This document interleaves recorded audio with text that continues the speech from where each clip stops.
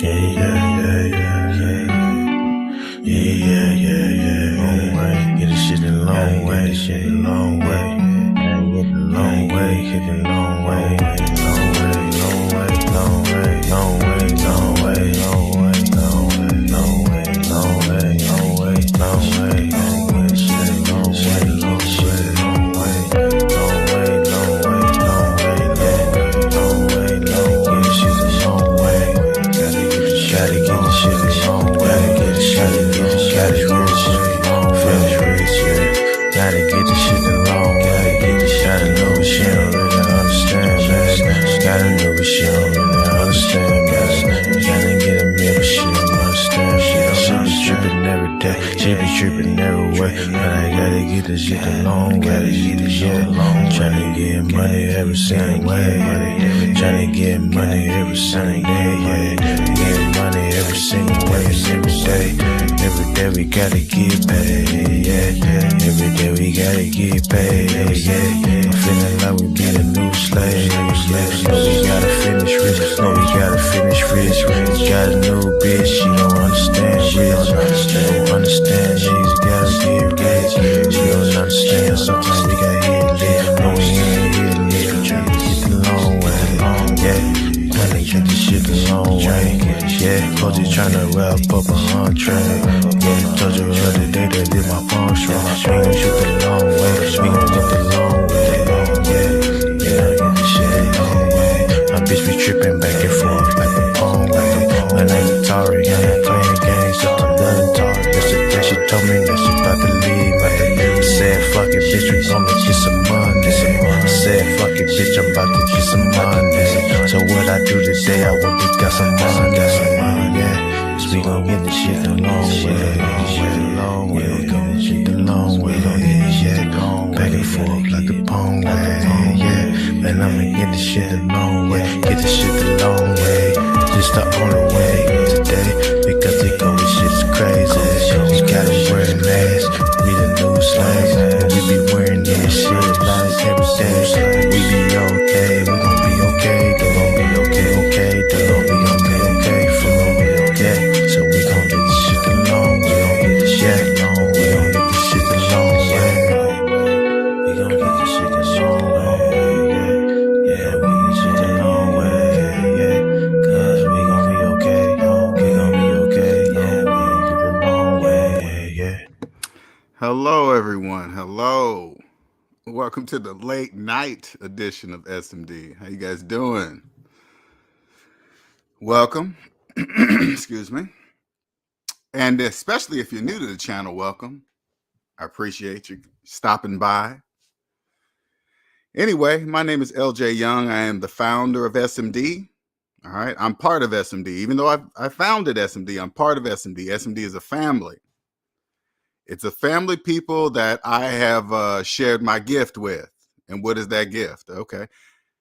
My gift is that I know there's a psychological part to capitalism. This is 100% fact. Okay. It's not something, it's not my hypothesis or something I'm making up, or it's my theory or anything. I don't want anybody coming to the channel thinking that, hey, where does he get this idea? No, math is not an idea. Math is a mathematical fact. And if you don't believe math, that means you have a psychological problem. That's what that means. Okay, that's exactly what that means. Anyway, with knowing this, with having this knowledge, I understand that currency in any form doesn't exist for debt slaves at all. You know why? Because you guys are the currency. Is you, debt slaves. Everything is you. The stock market, paper money, gold, silver, platinum, diamonds, rubies, whatever. It's all you. You're the stock. You're the stock in the stock market. Stock market couldn't exist without you in it. Okay. Now, I know the most of you guys come hear me and you're like, what the hell is he talking about? What? I don't get it. You know, I know you don't understand what I'm saying. I know you've never heard of it before ever in your life. I understand all of that, okay? I want you guys, I don't want you saying, hey, he's crazy. This and that. I'm showing you what I see on the calculator, but you're calling me crazy. That's a psychological problem. Like, for example, let me give you an example. Say like you believe you're a homeowner with a mortgage, okay? But if you open up the calculator and put in your mortgage payment minus your mortgage balance and hit equal, that's a large negative number that the calculator is showing you and me. We're both looking at the large negative number. Now, if you believe you're a homeowner, even though the calculator is telling you that you're not, you have a psychological problem. Okay. That's what that means. That means, like, if you believe you own the equity in a mortgaged house, that's a psychological problem, because that number that I just showed you just now, that's the same number. That's your equity, that's your home ownership. Yeah, that large negative number. That large negative number is the money that you use to buy the house you're living in today.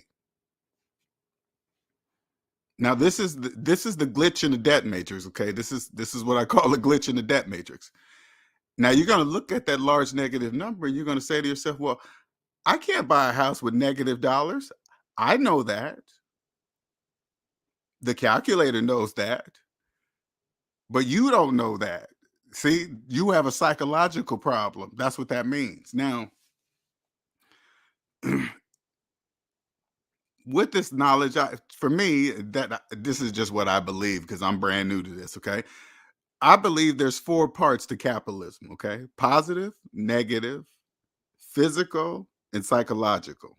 Okay, now, if you believe you're a homeowner with a mortgage, right, that means you're on the negative side of it.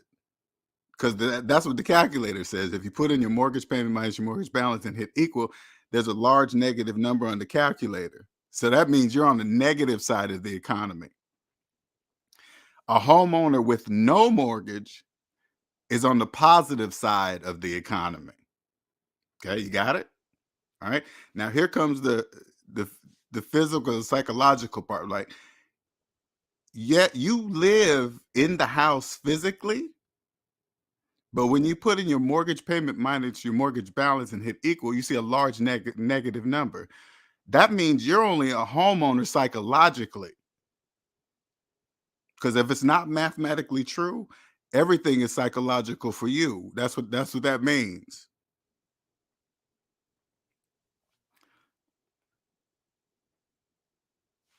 What's up, Andre, Miss B, Robert, Kathleen Brown? Hello. I see. Hello. I've never seen that name before. Welcome. Welcome. What do you mean? Do you mean unless your house is paid in full, you're not a homeowner? No, Kathleen, no, this is what I'm saying, Kathleen. I'm saying the only way to buy a house is in cash. There is no other way to buy a house at all. According to the laws of mathematics, the only way to buy a house is in cash. That is the only way anybody can become a homeowner. You have to have the money to buy it. Anything outside of the laws of mathematics, that's called financing. That's the psychological world where houses can cost anything. It doesn't really matter. The only, like, when you see the price of a house and you say you drive by, say like you drive by a house and say, oh my God, that house is like 350,000. That sign only applies to cash buyers. That does not include the price of a house, of a car. Anybody that's financing that doesn't apply to them.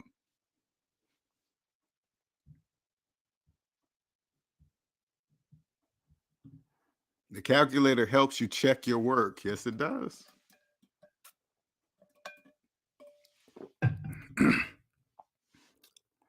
That's why I believe it's in four parts.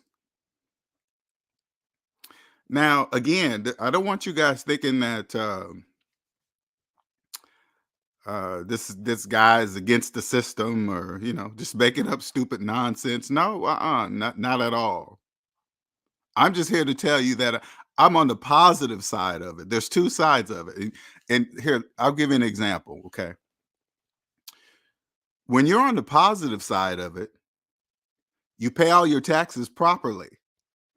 You follow all the financial rules and laws. You know why? Because if you cheat, not only is it that against the law, but if you cheat, you really cheating yourself. Because once you're on the positive side of it, you understand that taxes help build wealth. They don't take away wealth. They help you build it. So cheating on my taxes would be cheating on myself. That's what that see how that works? Now, when I was on the negative side of it, I was just like you guys. Hey, look at all the taxes they're taking out of my check. Man, every time I pull retirement, they dock me 10% and this and that. You know why you're upset? Because you don't know how to play. That's why you're upset.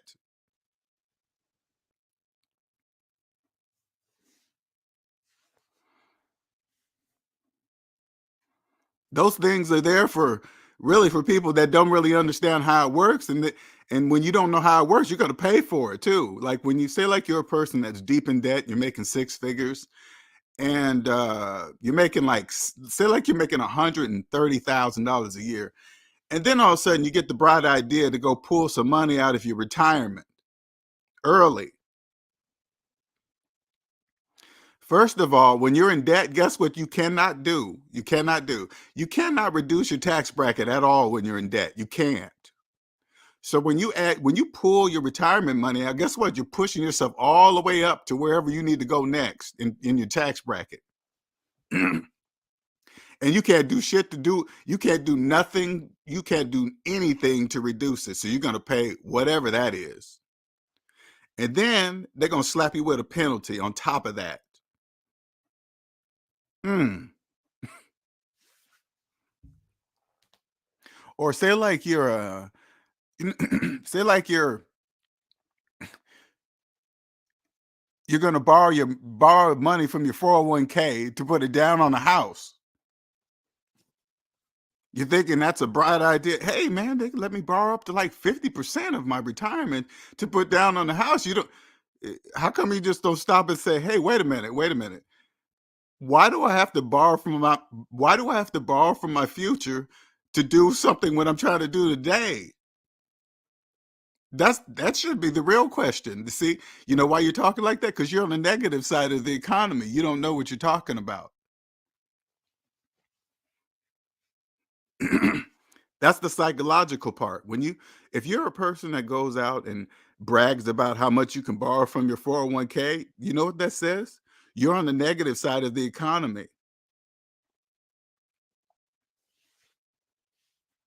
First, first you have to find the people that actually know what type of economy they're in.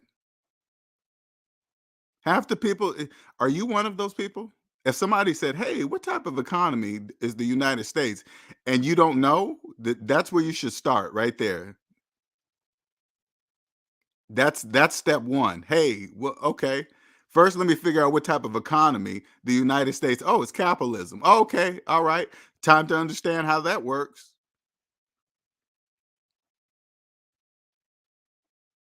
Don't be getting on the don't be getting watching TV and the news and worrying about what kind of economy is going on in other countries. Oh, China's doing this. Hey, you need to worry about what your economy is doing. How about that? How about you start there? Why don't you understand how this works first before you try to understand how another country's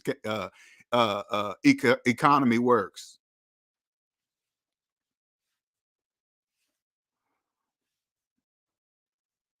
Do you own yourself? No. Hey, listen. If you got a student loan debt, if you're in student loan debt, don't worry about what any other economy is doing outside the United States. You need to worry about the economy of you.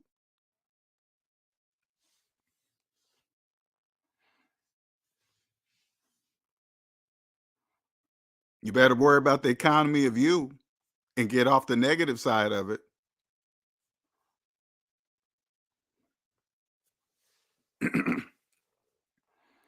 You better stop believing you can invest in retirement while having a mortgage and student loan debt. You better stop doing that. You better stop. You're on the negative side of it. That's a choice. It doesn't matter what the banks are doing. It doesn't matter how much they're charging. It doesn't matter if they jack up percentage rates, lower them down. Hey, if you're borrowing their money, they can do whatever they want. Who cares what they do? So what? You're just on the negative side of it. That's your problem.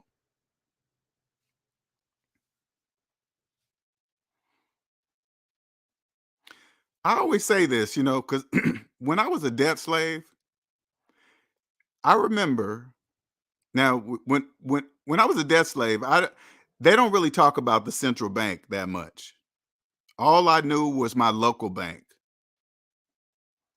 Once I was no longer a debt slave, and I'm like, oh, that okay, that's what that's for. Okay, what about the one in Washington, D.C.? That's the main one. Because even when I was a debt slave, I would say, why does that building just sit there and have so much land and just look like that and sit there? And regular people can't get in there because it's a privately owned business. Why is it there? Now, when you understand the psychological piece in capitalism, you're like, oh, that's why that building looks like that.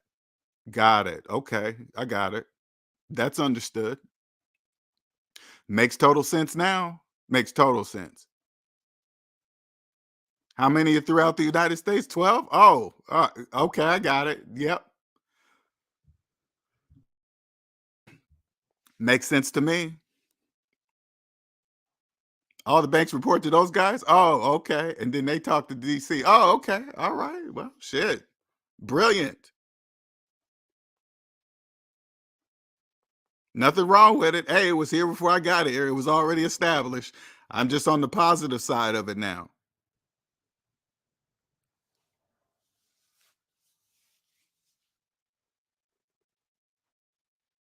Once you understand, once you're on the positive side of it, you'll start to get a lot of things. Let's just put it that way. You'll start to understand things.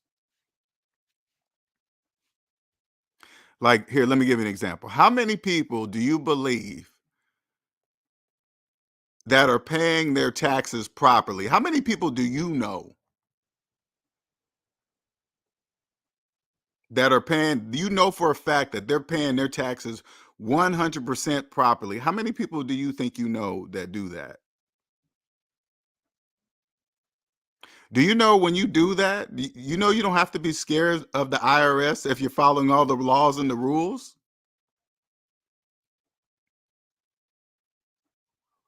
Like if you're going down the street and the speed limit's 35 and you're going 35, are you worried about if there were police on the side of the road with radar guns and all this other stuff to try to catch speeders? You wouldn't care because you're going 35. You're not breaking the law. They would have no reason to come after you. You're not breaking the law. That's the same thing.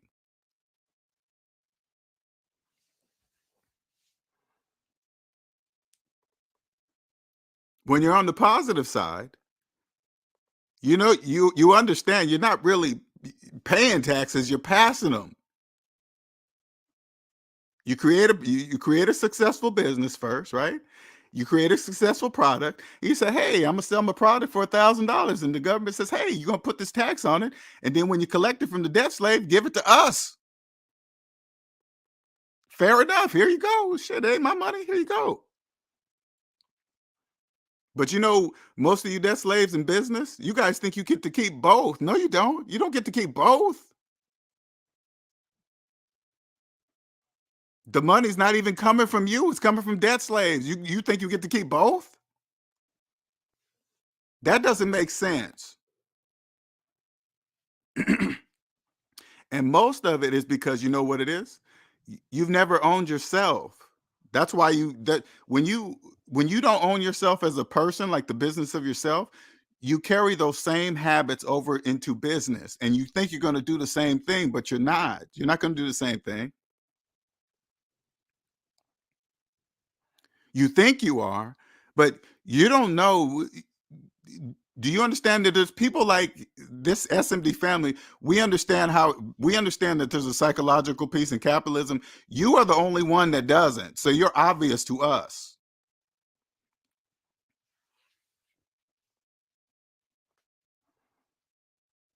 Like, for the example, the majority of what you guys see about finance, let me tell you, I'm here to tell you something. You're getting it from the negative perspective of the economy.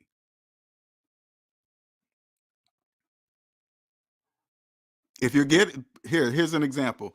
If you're getting financial advice from a person in student loan debt telling you how they invested and they're selling it to you, they're telling you from the negative perspective because you cannot invest while having student loan debt. That's a negative perspective of the economy. You can't do that, especially if you're paying for it.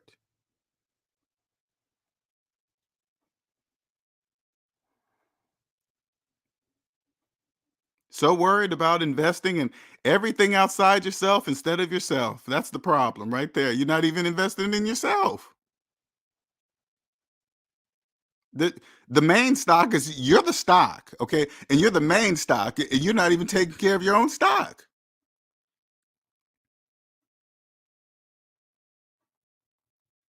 If you believe you can invest in something outside of yourself while having student loan debt, right there it says you haven't invested in yourself first. That's what that says.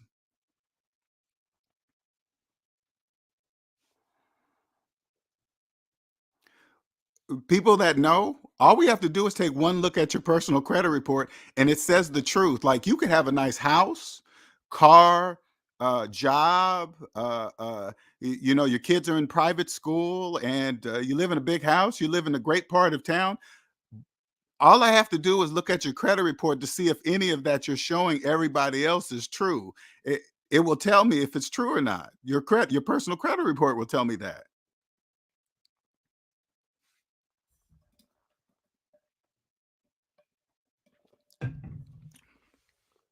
Now you're probably still thinking, well, what what do you mean, LJ? What do you mean? If you call yourself a homeowner and then I look on your credit report and you have a mortgage, you obviously don't know that you can't buy a house with a mortgage. If you have not one car payment but two and they're really nice cars, and then I look on your credit report and you have two car payments, you don't own nothing. Nothing. You don't own anything. And then I see all this nice stuff, and then I look on your credit report, and you got multiple credit cards that are all open and damn near maxed. That means your whole life is financially it's psychological because you own nothing. Yet you tell everybody, even you think you do. That's what your credit report would tell me. Now, again, if you're new to the channel, I want you guys to understand something. I'm the only person on the internet that has ever shown you my entire credit report. Do you guys understand what that means? Do you know what that means? Why don't you guys just ask yourself why is he the only one that has done it? Because it shows that I own myself. That's what that means. That means I own me, the business of me. That is the listen. That is the only way you get to come to the positive side of the economy. You must own yourself first. Period. There is no if, ands, or buts. Nothing. There are no exceptions.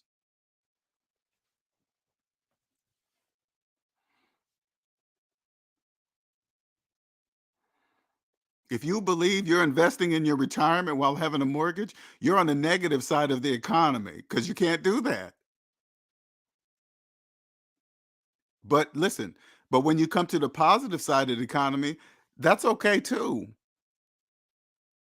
Because that's how it's supposed to be. That's you're supposed to believe that. That's beneficial to the people on the positive side. That's beneficial that you believe that. Nothing's wrong with it. Nobody's evil. The wealthy are not bad, and they're not tricking you or nothing because it's all a choice. You get to choose which side of the economy you want to be on. That's you get the choice. That's a choice.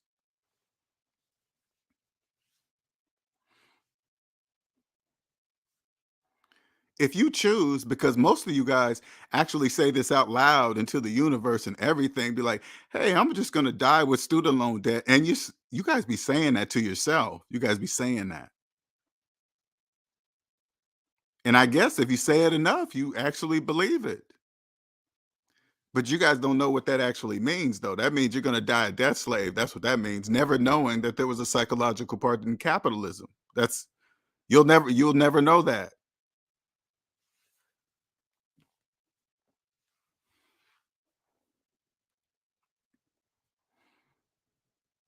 If you're new to the channel, you're never going to have ever heard anybody talk the way I talk, ever. Never. You never will. And I'm not even bragging about it, because I'm not really, honestly, I'm not really doing anything special. It's just the way I'm delivering it to you. I just have a way of delivering the calculator. I'm not doing nothing special. I'm just using basic arithmetic. I don't even want you guys thinking, hey, he thinks he's a finance guy. I don't think I'm a finance guy. I don't think I'm a tax guy. I don't think I'm a stock market guy. I don't think I'm any of those people. You know what I think? You know what I do here? I help people apply mathematics to their finances. That's what I do. That's my job. That's what I do. I help you apply mathematics to your finances. And then once you start there, guess what else you're going to apply it to? Your whole entire life? That's what you're going to do. And then your whole perspective is going to change. And then you're going to look back and say, oh, that was that way I used to think. That was just a perspective. Yeah, that was a negative perspective. That's what that was.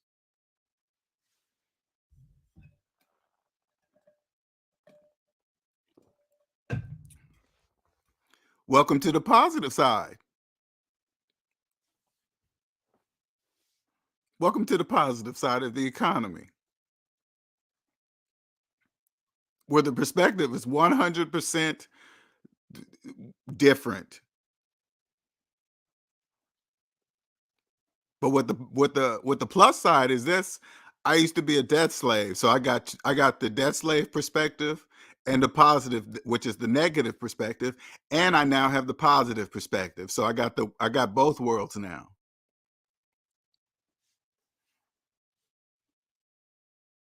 So anybody in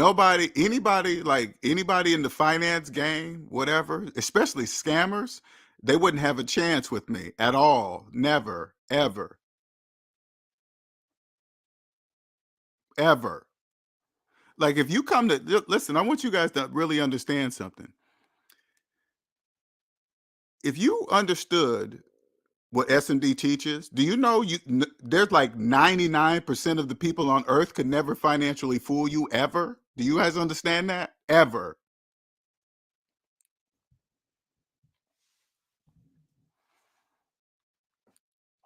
How could I say that?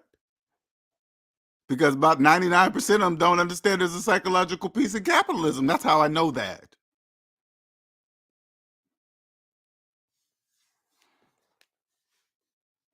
That's how I know.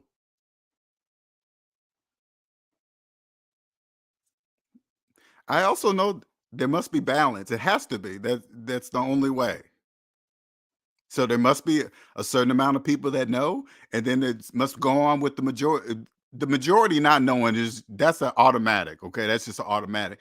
But there has to be balance, because we're human. Everybody dies. No matter if you, no, it don't matter how much money you have. You can't stop yourself from dying.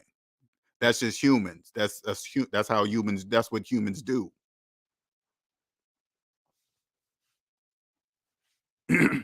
So the way I look at it, there must be balance. There must be people that know, because that's how it just works.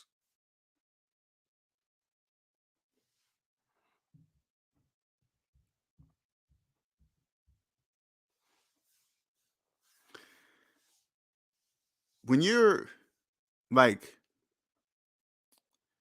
now that I'm on the positive side of the economy, then I look back at the age it really started for me. I remember being around 18 when I first started getting debt slave messages. Hey, you need to start building credit. You got to get department store credit cards so you can start building your credit. And I remember, I swear to God, I remember at the age of 18, I remember when I don't know if it was my mom or some relative next to me was like, hey, this was JC Penney's back in Seattle. And it was like, hey, you got to start building your credit, because if you ever want a house in the future and this and that, and just start making you believe you need to have this stuff to get a house, just right off the bat. But you don't know that that's people, those are debt slaves telling you that information. You just think that's how it is, right? I remember saying to myself, so instead of just buying this shirt right now, what I have the money for to buy it right now, I get to keep instead keep my money in my pocket and use this piece of plastic instead, which will build my credit. But nobody really told me about interest rate or nothing. They just said, "Hey, just make sure you make your monthly payment on time." But nobody mentioned about anything interest at all. Nothing. This is just what I was supposed to do. And I remember that not making any sense. But of course, I'm young. I'm just thinking this is what I'm supposed to do, and then I just went and followed along. But one thing I remember, though, one thing I did not do was let my shit go bad. Okay, I never allowed bills to go into collections. I was never late on my rent. Just things that I just naturally knew not to do. Right? I just never allowed that to happen. Okay, but as I in my mind, I was thinking, okay, the only way, and it's just the whole program thing, right? The only way I could possibly live better and live the way I want to live, it's going to take school, right? But you got to remember, the whole time I'm in debt, so I have no money for school. So of course, I'm going to have to borrow it if I want to increase, if I want to increase my education because I have no money. But since I got a good job, I guess I can make the monthly payments. That's all that was in my mind. Can I afford the monthly payments if I go to school? Yeah, I can do that. And just like the program, hey, I'll get in there, get my student loan, and then I'll just pay it back when I get that great, wonderful job. Nothing's guaranteed. Nothing's guaranteed at all. But I started putting this thing in my head. But thank God I went to school later in life, like towards my 30s. At first people try to make me feel bad about going to college late, but I knew back then, I said, you know what, at 28, 20, whatever that, 26, 27, somewhere around there, I knew I was a little more mature to make a smarter decision to what I was going to school for instead of just blindly going because that's what I was supposed to do, right? So I knew around that age that I wanted to go to school for computers. So I did make the smart choice of doing that. But I remember a couple times getting the student loan money, and then they would give you this extra money, like here's the money to round off something. You're like, "Ooh, shit!" So all the school is paid, and they're just tossing me this extra 2,700. I really thought it was free money, man. I just sucked it right up. And of course, I get out, get a good job. I went to school all that time. The first thing I want to do is show the world that I got a great job and now I make a lot of money. Of course, going to get a nicer car, get a nicer crib, not even thinking about paying back that student loan debt, not even thinking about it. That's just crazy to think about back now. But the whole time, not even having money to go to college at all, none, zero. And I thought that was the only way to advance, which don't get me wrong, which I did, but I didn't the people around me making the same kind of money as we all spoke as if having student loan debt was the norm. It is what it is. This the kind of degree it costs this much, and you just have 80,000. Meanwhile, we got car payments, upgraded the house, got several credit cards, and still thinking that it's the student loan money. It's like, wow. Nobody was there to tell me, like, hey, no, that's wrong. Right now is the time because you're making good money. Now is the time to pay off those student loan debt. That's what that now that's the time right now. That's what that is. But I didn't have anybody to tell me that. I had to wake up on my own for some reason. It came to me. Nobody told me about this. It just came to me. I just knew something was wrong. Even when and I always like to tell this because they always throw this, all the like YouTube channels, they always say 6 figures, 6 figures, 6 figures. I'm just here to share something with you, okay? If you ever get to 6 figures, and I didn't realize not many people get to 6 figures. I did not know that. Thank God I didn't know that because that was never on my mind. I just knew I wanted to get to it because maybe I was programmed to think that, whatever, right? But when I got there, I'm here to tell you guys something. When you get to 6 figures, but you're in debt, it's not what you think. When the majority of people who make 6 figures right now, they're in so much debt. You guys have no idea, but they might be bragging on their six figures, but they're not really telling you what's happening behind the scenes. They are in so much debt because they make six figures. That's why. That was me, and I got there and I said, "Something doesn't feel right. This is wrong. This doesn't make sense." Because when you're in the debt matrix, you've never made six figures, that's your dream. Hey man, I'm gonna get to six figures, man. Everything life is gonna. No, it's not. If you're gonna get there and you're in debt, it's gonna feel the same way you're feeling right now. I'm gonna just tell you that right now. Once you get there, but you're still going deeper and deeper in debt, upgrading everything as you upgrade to six figures, it's gonna feel the exact same way you're feeling today. But all your payments are gonna just be more, and you're gonna be working more hours. That's how it works.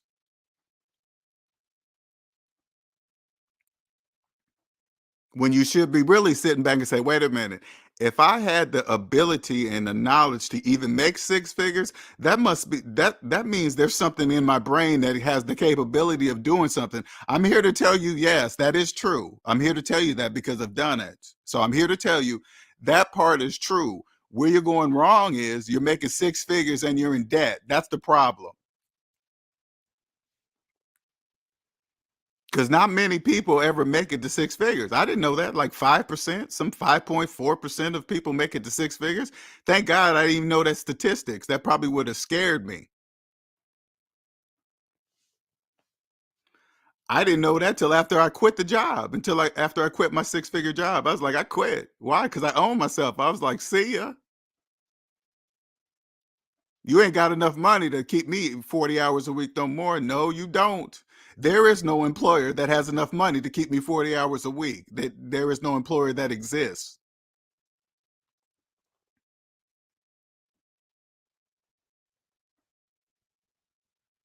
Why is that? Because I understand there's a psychological piece in capitalism. That's why. That's why nobody could ever do that. Do you know how many people do you imagine how many people you think know that? Not many. Like you see, I'm talking to you. You probably never talked to another one. Let's put it that way. Ever, unless they're already part of the SMD family, that doesn't count. I'm talking about somebody outside the SMD family.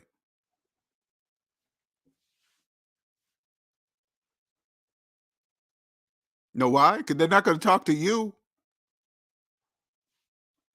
You're doing what you're supposed to do, debt slaves. That's what you're supposed to do.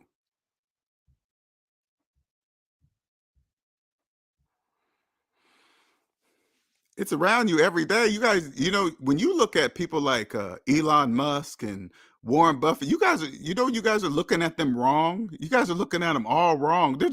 Those are people that they know. That's all. That's all. And then they take this knowledge and live their dreams. Listen, giving back to society.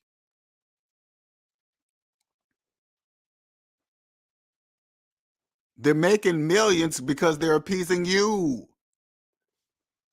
Man, Tesla's great. Look at all these electric cars. He's contributing to society. Look at all electric cars. Look what he forced all the other manufacturers. You think the other manufacturers didn't know about electric cars? I hope you guys don't believe they started working on electric cars as soon as Elon Musk came out with his no, that's not true. He just forced them to use it. That's all. It's just business. It's nothing personal.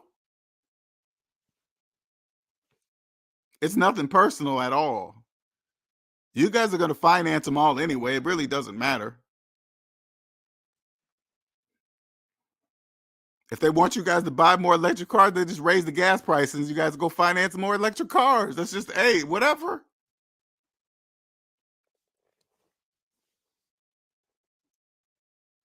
Don't get me wrong. It's amazing to watch. Hey, electric car sales skyrocket. Oh, wow. That's weird.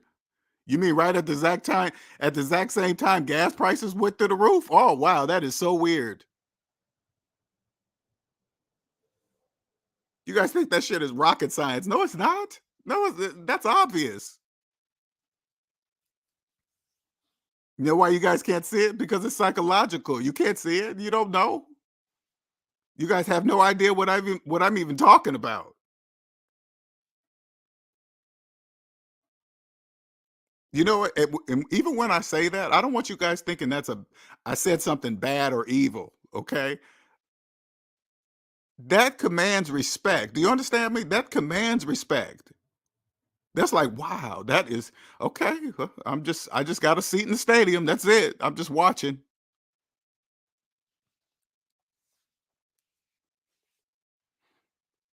You guys don't even get it. The majority of you never will. It really that doesn't matter either. I'm not here to disturb anything. I'm just getting on the positive side of it. I'm on the positive side of it. That's it. I don't whatever. To get over here, that took hard work. I want you guys to understand something. To get here wasn't free. Now I understand. You know, when you get on the positive side of it, now I understand the wealthy more. I do. I understand them. I get it. Totally get it. You know what I had to sacrifice to get on the positive side to even know what I'm talking to you guys about today? I had to sacrifice a lot.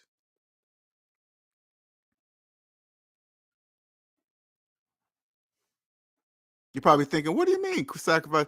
I quit a six-figure job. Now, the majority of you will have never even made six figures, but I quit one. That's not to brag. I'm just telling you about sacrifice. A lot of you guys wouldn't have the balls to do that. The majority of you guys that make six figures cannot quit a job because you're in deep, deep debt. That's why you can't. It's a very big difference from being a debt-free employee and an employee who's deep in debt. It's very different. Your superiors, your managers, your bosses, automatically will know which employee is debt free working for them. I guarantee you this. Guaranteed. You're probably thinking, well, what do you mean? Because when you're in debt, you accept things that you shouldn't be accepting while you're at work. You just do. You do things that you can't know. Anything that involves your time and you not getting paid, that's a no. That's an immediate no.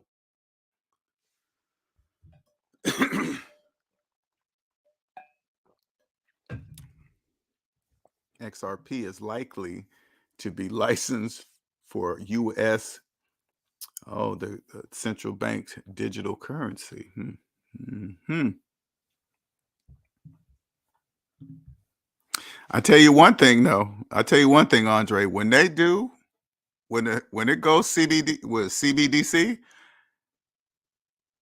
you debt slaves are in trouble. You guys are in trouble because today I get to use SMD red notes. I get to use SMD red notes to kind of give you guys some example because I have a physical object to compare it to. I have a physical object to compare it to. So once they go full digital, you guys are in trouble. Big trouble. And when I say trouble, I don't mean, you know how hard it's going to be. For me, it was I had to earn this. Okay. I had to earn it. This is not free. I want to make sure you guys I want to make sure that's reiterated. To get here wasn't free. To get here, you have to understand how it works. You have to. That's a must. You have to. To get here, you have to understand that.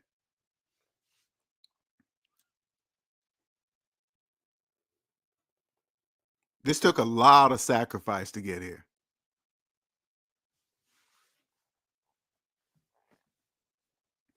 And then once you get here, it's about trust. Once you get here, you know it's about trust. It's not about scamming and hurting people and taking their money and stealing and it just not no. Because once you understand that, once you're on the positive side, you know all currency is debt slaves. So there is no purpose in doing that.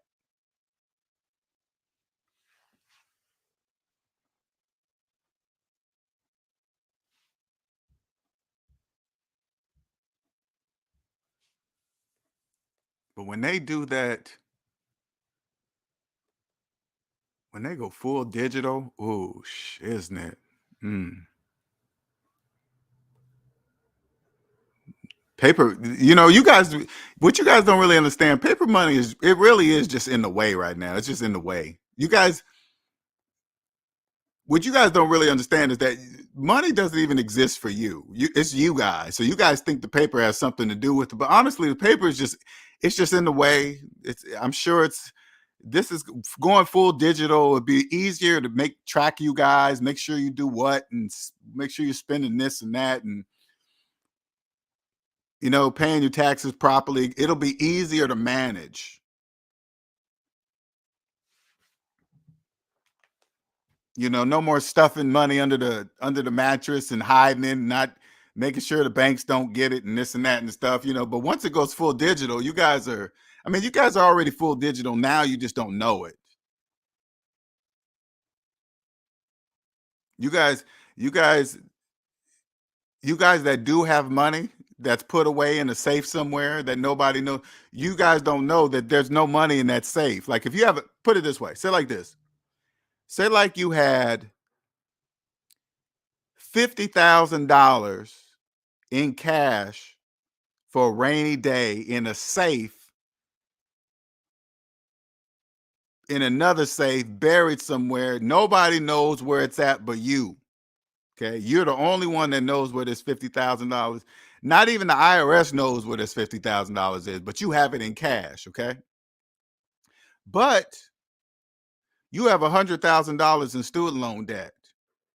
Okay. Now, if you open up the calculator and put in your 50,000 that you're hiding somewhere minus 100,000, if you look at the calculator is showing you a large negative number. The calculator says you don't have $50,000 nowhere. You're not hiding money from anybody but yourself. You don't have money nowhere. There's no money. Oops, did I kick that out? 1 second here. I think I kicked out my power plug. 1 second.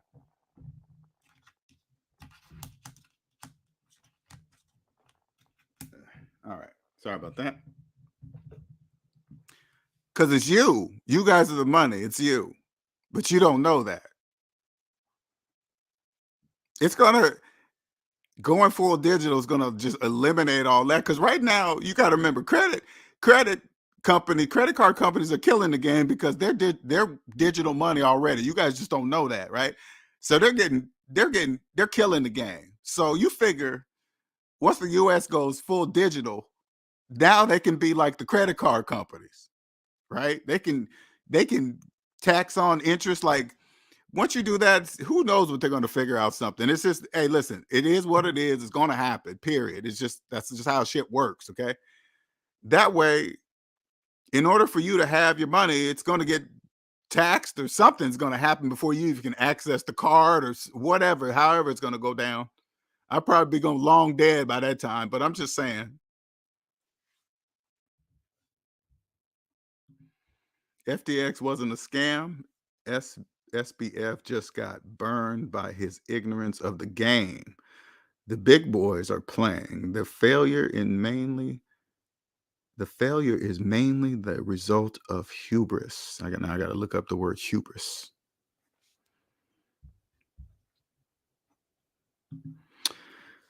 He did some illegal stuff, though. That goes on all day on Wall Street. They just pay the fines. Yeah. I was debt free, but still a debt slave psychologically. Okay. Which is why I thought getting a loan was a smart move. Oh, how naive. Yeah.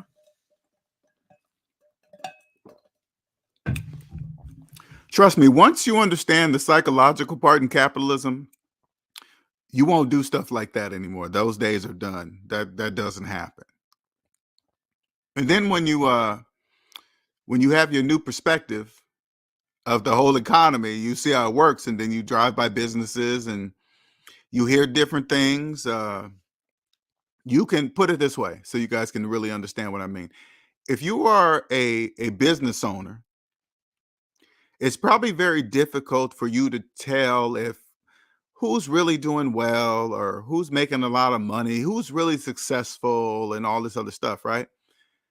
But if you were a SMD family member who was in business, you would be able to easily tell who is really successful. Because most of you guys judge by what you see on, let's say, Facebook. These people will show you a bunch of pictures of how they live and look at how the kids are dressed and look, everybody's got laptops and wearing a Range Rover. You guys don't know if they're making payments on that Range Rover. You have no idea how deep in debt those people are. You all those phones and iPads, they're probably all financed. But if you get caught up looking at it, you're like, "Oh my God, look at the car they drive." But when you understand, when you're on the positive side of the economy, you don't see stuff like that. You know, when I see stuff like that, I'm like, why are they showing so much of their life on social media? What do they want everybody to see? What's the purpose of that? There is really no purpose. Hey, every day you want me to know every single day what you guys and you and your kids are doing every day. Every moment when you're buying something. Why? Because 9 times out of 10, it's not true. They're just their finance life. When you see them buying property, you don't know to ask, did you buy that in cash or did you get a mortgage? If they got a mortgage, that's the bank's property until their bank gets their money back. It doesn't matter what they say, it doesn't matter what they believe, it doesn't matter because they couldn't have got the property without the bank. But now since they got the bank's help, they believe they own the property. That's a psychological problem.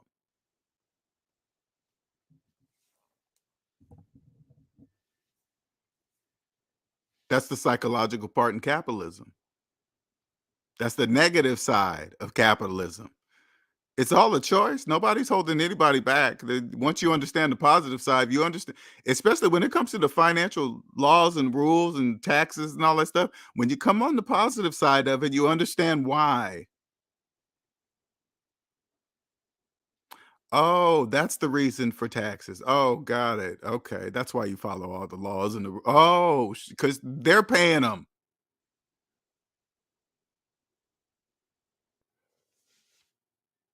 You guys, you guys finance taxes, debt slaves. That's why you hate them because you're financing them. If you ain't got money, the reason why you finance a car is because you don't have the money to buy the car. And if you don't have the money to buy the car, guess what else you don't have the money for? You don't have the money to pay the taxes on the car, so you finance the whole car and the taxes. They're slaves.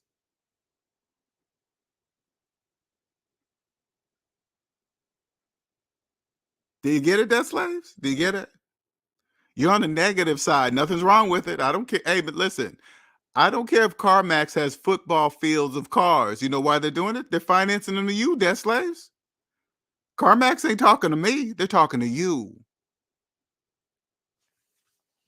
You know what I say to CarMax? Congratulations, CarMax.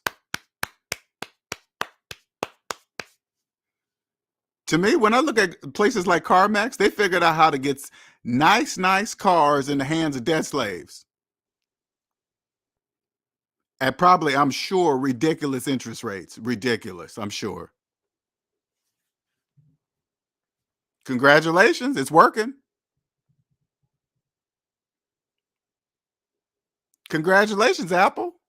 How do you think everybody's getting those phones? They financing the phones. Congratulations, Apple. Congratulations.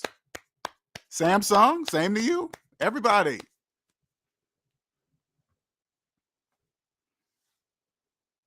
Hey, listen, how many debt slaves you think are walking into Apple and buying an Apple computer and a Mac and a screen and everything that goes with it in cash? I guarantee you, you can ask an Apple worker if they could talk. How many people walk in here and pay cash? They're probably like, we never seen one. I've never seen nobody come in here and pay cash ever.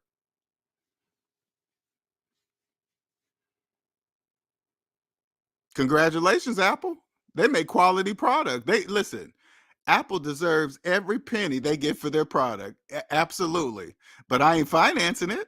I'll pay their price though. Yeah, I sure will. But I'm not gonna finance their I'm not gonna finance their price. I'll pay their price. That's the difference. That's the difference between me buying Apple and you buying Apple. You finance Apple. I buy it. That's the difference.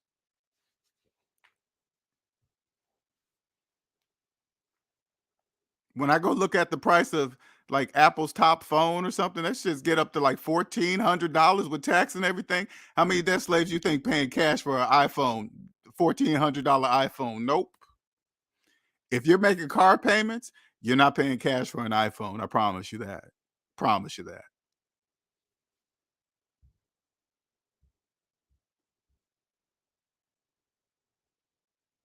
Yes, they are, Nick. What's up every day? I am. I sure am. I love what I do. We all did it, Nick. I remember when I used to finance phones, you would drop 200 and then pay 30 a month for 2 years on top of the phone service. Hey, Nick, and then get insurance. And get listen, get phone insurance, and even the phone insurance has a deductible. They be doing you debt slaves so dirty. Oh my God, that is so. Listen, and when I say dirty, I mean that's like you really don't know. You just like really don't know. You finance a phone and then you get insurance on it, and the phone insurance has a deductible. Oh, mm, mm, mm. Of course you're gonna get the insurance. You know why? You didn't even have the money to buy the phone.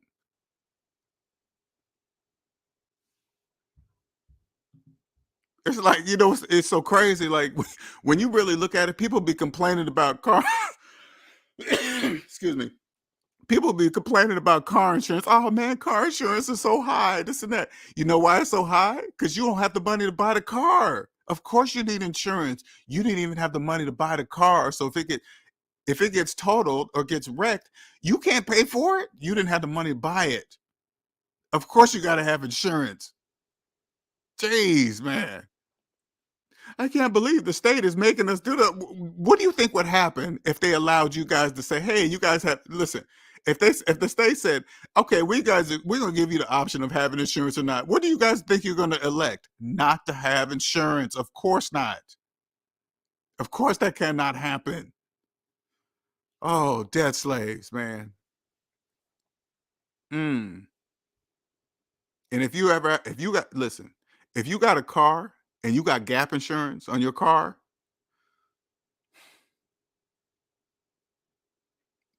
mm, oh my God. Mm. We all did it.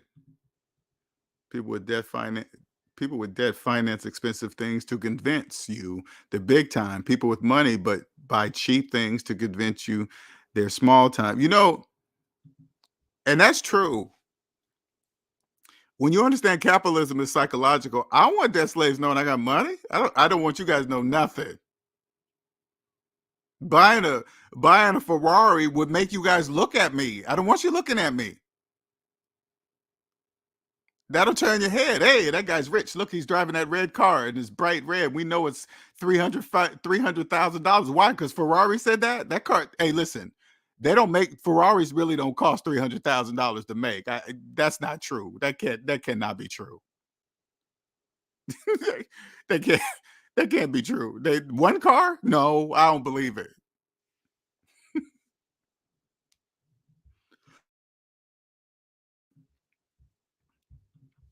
Gabriel says, LJ, no, now I know why channel podcasts like Fresh and Fit, Manosphere, and relationship channels are popping for the last two because man, 18, 29, 35% of them are virgins. Oh, gotcha. The why they're popping. You know what? Honestly, sex just sells. That's all. That's what's the name? The Playboy. He did the same thing, but that he did it in his time. Like this is just a new time. It's just different people selling sex. Sex just sells. But you got to know how to do it, and they just happen to know how to do it. It works for them. Period. Everybody knows it. It works. They're doing a good job. And you know what's so crazy? That age group, they wouldn't even, if they understood about owning themselves. If I was 18 and I was given this knowledge, I would know that all of that is not true. I don't have to go having sex with a whole bunch of girls to prove who I am. I wouldn't have to. I would know I don't have to do that. Second, I would know to never go in debt. I would never go in debt, and I know I'd be a millionaire by 30, at least minimum. Millionaire minimum by 30, minimum. I would have known definitely. Hey, here I am because I had my first kid at 22. When all I had to do was log into my bank account and see how much money I had in my bank account to have a baby right then at 22. That would have helped me make my decision to not have a baby. That's what I would have said. Hey, damn, I only got $100 in my account. You talking about a baby? No, we don't have no money for that. So no, that would have been a no. Well, we can't be together. I guess we can't be together then. See you later. I wouldn't have been pressured in like, oh my God, I'm a loser. I better go ahead and give her a baby. I would have said goodbye. That's what I would have said. That's exactly what I would have said. I would say, see you later.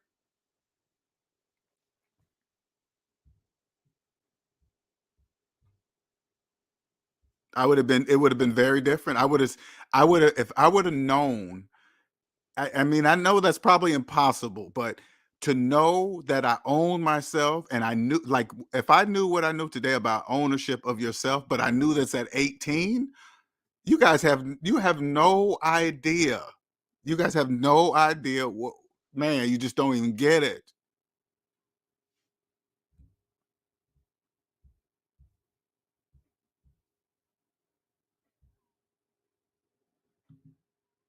How do you persuade your family not to finance phones? You can't. I mean, we always talk about that, Nick. You know you can't do anything about that. Just because you love them changes nothing. That only hurts you. You just got to accept it. When you see them financing phones every single year, you can't say anything. Because the first thing they want to do is show you their new phone. Hey, look at my new phone. You still have that old phone. They say the same thing. Why are you still hanging on that phone? That phone's like 3 or 4 years old. This and that. They have no idea what they're talking about at all. And you can't say nothing. You say, oh man, you just got to say the basic things. Oh, this phone just works for me, man. It just does what I need it to do. And this and that, that's what you got to keep saying. Get them Crocs though. I think I'm gonna give me a pair, Andre. People keep telling me about them. If you get a Rari, you must get the red. Exactly. So all the debt slaves can look at me. Hey, he must be rich. Never been into buying Christmas gifts, which I thank my mom for, but leaving Target now for a different reason. Folks tore up the store buying things they don't need with money they don't have. All of them, the majority of those people, they're using Afterpay apps too. Why do you think Walmart and Target, especially Target, they got on that shit ASAP, well before the holidays? You better believe as soon as the president announced pushing student loan payments into the middle of next year, I bet you all the stores ramped up their sales because they know debt slaves were relieved that they didn't have to worry about January student loan payments and started spending right away. You better believe that. True, LJ, but it sells to desperate guys. It's just business. It's true. You know what? And you know what else, Gabriel? This is what I want, especially young men. I want you guys to realize something, and don't think my age has anything to do with it. Okay, this is just what I'm about to tell you is true. Once you control your sex drive, you control it, and it doesn't control you. Your whole life is going to change. Women are going to know that you're different. When you control your sex drive and it doesn't control you, that's the whole game is different. It's totally different. Once you control it, other women know that they will know something's different about you because you won't be doing what the typical guy does. You just won't. And you'll be 100% honest about everything because you'll know once you own yourself, you don't have to lie about anything. So Say like, okay, when you own yourself and say like you want to say, hey, I'm just out here dating because I just want to date multiple people. Every woman that you meet, you will make sure she understands that. Hey, you know what where I'm at in my life? Yeah, I am dating multiple people and I'm not getting serious with none of them. And some of them say, "Oh, cool, yeah, I'm with that too." And then later on, start having sex and everything. And then she said, "Hey, things are changing. You know, we've been." You'll say, "No, I told you from the beginning. Nothing is coming. Nothing will come of this. Nothing. So should we stop having sex now? Because if we continue, it's gonna, it's gonna. I don't want you to get more feelings. So we're gonna, and then you probably end up stopping now if she's already starting to do that. But she will respect you more. Like that, you won't have to. You will never have to be in a situation to where you're messing around on a person that you're with. Because when you own yourself and you're with somebody, you say, "Hey, I'm with you," right? And you mess around, you know that you're messing around on yourself. Say like, okay, say like this, say like this. So because you probably don't see it. Say like you're with a person now, and you're fooling because a lot of you guys are doing it, and you're fooling around in that person. But you say you love that person, the person you're with. You say you love them, but you're physically sharing your body with another person. Okay, right there should tell you that's a different version of love somewhere in you. Somewhere is a distorted. Not only listen, not only are you fooling around on the person you love, you're actually about to expose them to a deadly disease out there called AIDS. Everybody knows there's a disease out there that could possibly take your life. Everybody knows that, and you're about to go expose it to the person you love.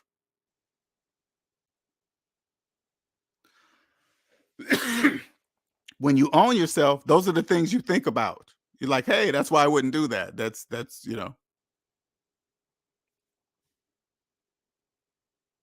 So when you're honest with yourself and you say, hey, I'm just out here seeing people I want to see, you're honest with everybody. No woman could ever say, oh, he was a dirty dog. He slept around on me. He did this behind my back. No, you know what she's gonna say? No, he was 100% truth and honest right up front, right from the very beginning. They can never call you a liar because why they'll never, because you'll be honest with yourself first.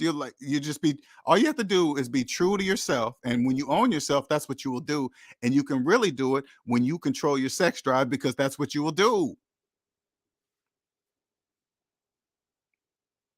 Because you'll know once you own yourself, say like you won't be willy-nilly going out and having sex because you know if you go and impregnate a woman who is a debt slave, that relationship is going to tie you to the debt matrix for the next 18 to 20 years. So when you control your sex drive, you won't let stuff like that happen. That won't be allowed to happen.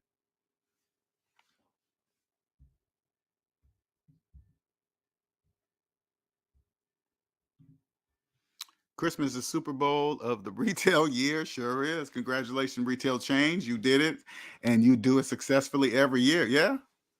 NFL's killing the game, man. Now, when you see now that I'm on the positive side of the economy and I look at the NFL, they are killing the game. It's a privately owned business, so you guys have no idea how much the owners make. When all you guys have to do is all you guys got to do is see how much the players are making, and you guys can get an idea of what the owners are making. Just if they can pay one player $500 million, what does that tell you? What does that say to you? What does that? Now remember, you guys got to remember, pro football players are employees. Never forget that.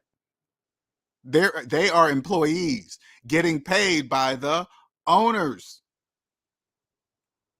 Nothing's wrong with it. I'm not saying they're bad people or I'm not saying the NFL players are idiots or I'm not saying any of that. I'm just stating a fact.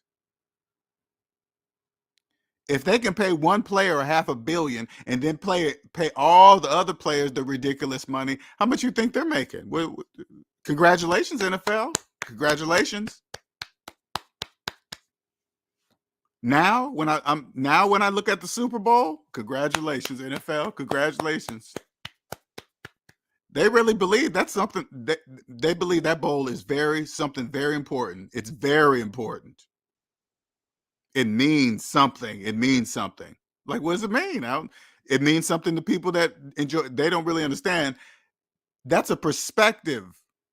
It means something only to people, football fans. That's all.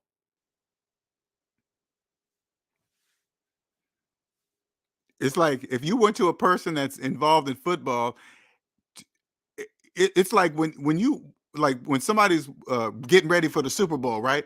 And then they come to you and say, "Hey, man, you watching the Super Bowl?" You turn to them and say, "What? When is that?" They look at you like you are bananas, like because you don't know who's playing in the Super Bowl, when is it? Because you don't care. That's not my perspective of the world, so I don't really look at it that way. That's not my. That's a perspective. I don't have to know that. I don't have to know how fast a quarterback is and how fast he can pass and how much he makes and what his wife does. I don't have to know that. That's not important to me. I have my own life to live. Like when I used to always when I was a debt slave, I never watched sports anyway, right? It just never. I was just like, why? Why am I going to sit here for 2, 3 hours and watch other people live their dreams? That's how I used to always look at it. These guys are on the field living their dreams, and I'm at home watching them. I could be living my own dream. Why am I sitting there watching them? Oh man, you know how hard it is to get to the NFL. I do, and they did it, and now they're living their dreams. I'm not going to sit on the couch and watch them. I'm going to find my own.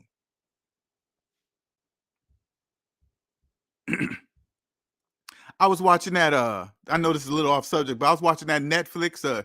Get some money or get more money or get whatever, right? And there's this one on there where this NFL player, he's getting introduced to money by this other guy. I'm like, oh my God, do you know what I could do for that young man? He has no idea I could change it. I'm like, he's like, yeah, why don't you just do it investing and do this and that and put it in the stock market? And the guy's like, yeah, I'm doing it, man. I invested. It's like, oh man.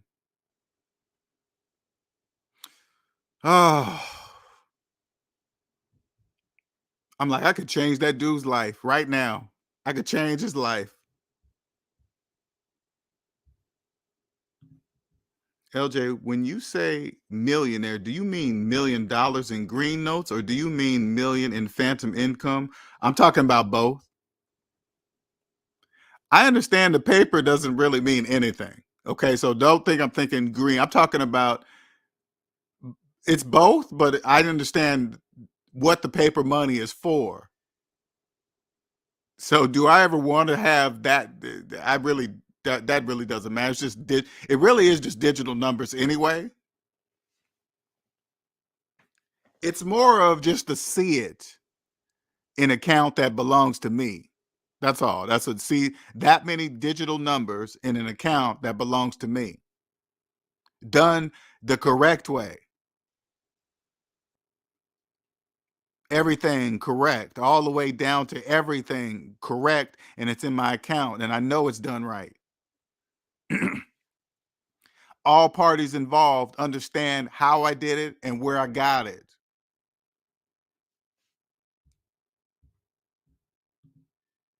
And everybody got what they were supposed to get before I got mine. Everybody knows.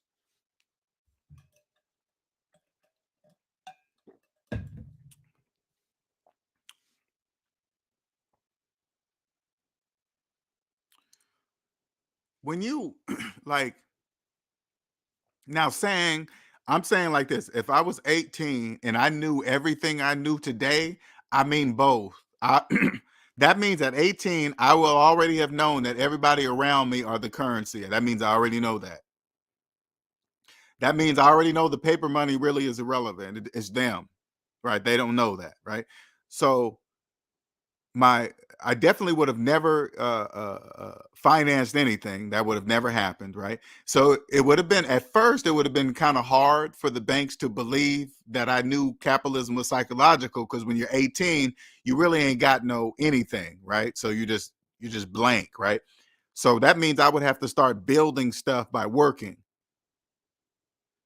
and like if I was, put it this way, say like this, say like I was 18 and I stacked my dough, never financing anything, stacked my money from 18 to about 25. And say like by that time, say like I saved $100,000. Okay, let's just say something crazy, right? At 25. And then I went to the bank and tried to, because I'm not against business loans. Okay, I want to make sure that's clear. I'm not against business loans. Now, if I went to the bank with $100,000 of cash at 25, listen, with all my tax paperwork in order, everything, where I got it, how'd you get here, what you do, where'd you finance it under, everything would be, all the boxes would be checked, everything. And then I go get a loan, the bank would know immediately that I knew then. Because number one, not many 25-year-olds would have $100,000 in cash. And if they did, some of those guys wouldn't have got it. They wouldn't have got it right. So they would have to show some tax paperwork to do something, and they're not going to have it. They're not going to have the tax paperwork to where they got that money from. So step up me, I will have everything in order at 25. They would immediately know that I know that there's a psychological piece in capitalism, because that's unheard of. So if I'm coming to them for a business loan, they would already know that I have a plan for that money. And the plan would already be, I already would know the business plan I would come with them. I would already know that I could make money from it, because I would have to prove it first to myself and then go to them.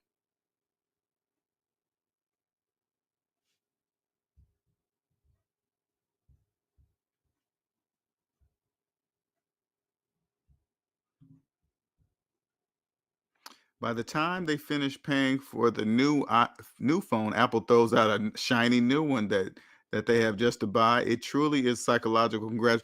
You got to remember, you guys, debt slaves are in the they are trapped in the cell phone loop. It's almost like being in an upside down car.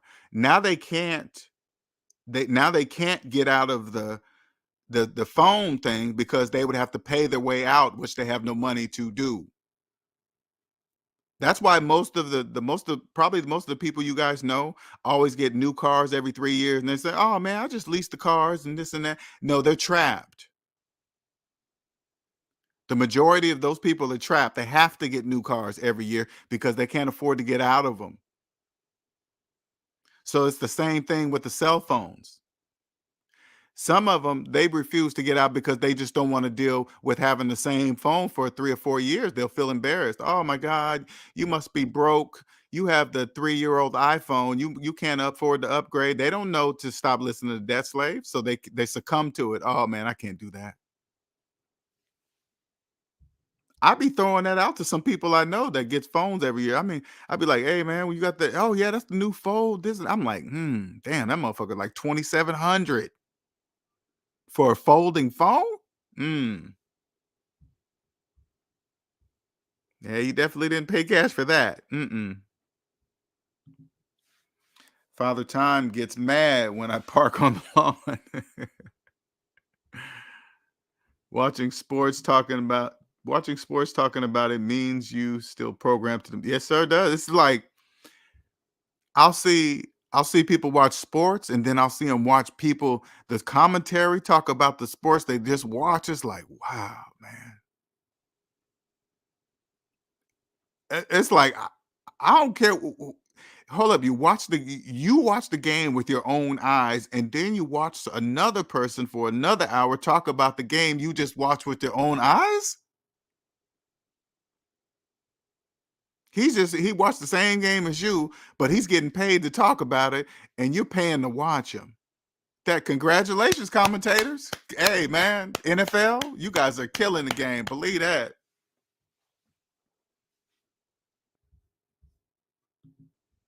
But you know what? And this is kind of a little off subject, but I guarantee you this. This is just my opinion. In order for the NFL to stay relevant, they're going to have to go digital. And and it would be a plus for them, because they wouldn't have to deal with injuries and all that other stuff no more. Plus, they could go worldwide, which could bring them more money. The NFL wouldn't have to be isolated to the United States of America. They could go all over the world. Because there's some bad players that play these video games. There's some bad dudes. There's some bad dudes. And I don't even watch video games, man. But these guys make bread playing these football games. Now, the NFL could pay them less. They could be all over the world and make more money. No injuries. Nobody's suing them anymore for head injuries. Those days are done. Pay people way less money, and listen, make way more money and pay people way less money. That's a win-win. Thank me later, NFL.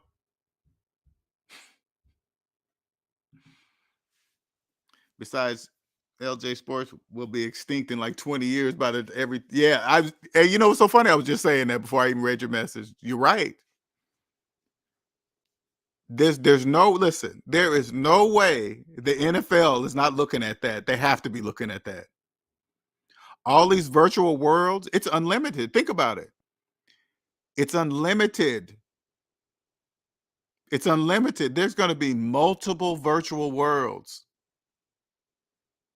If they get NFL virtually on every single virtual world, because it does, you got to remember, there's going to be sports fans in every play. It doesn't matter where the sports are in the world.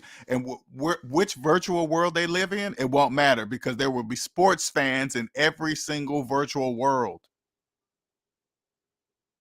While they're fighting over like, oh, our world is better than your world. Oh, we have this over here. Guess who's going to be in all worlds? The NBA, the NBA, all digitally, NFL, everybody.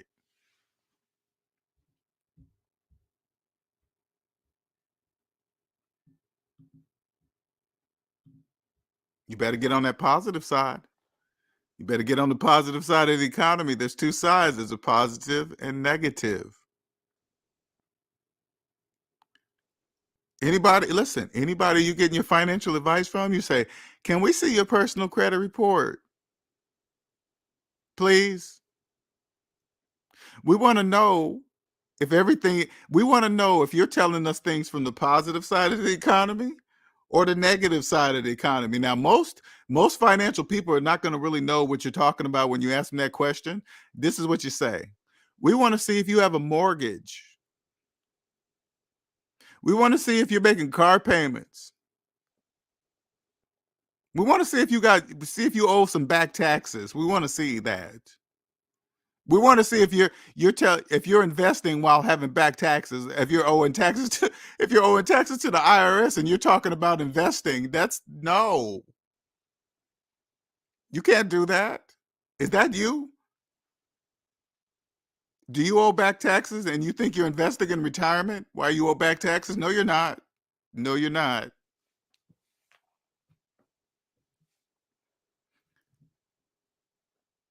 If you're investing in retirement while having back taxes, that means you're not investing in yourself. That's what that means.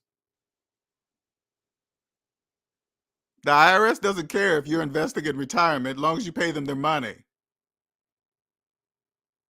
With interest if you're making payments.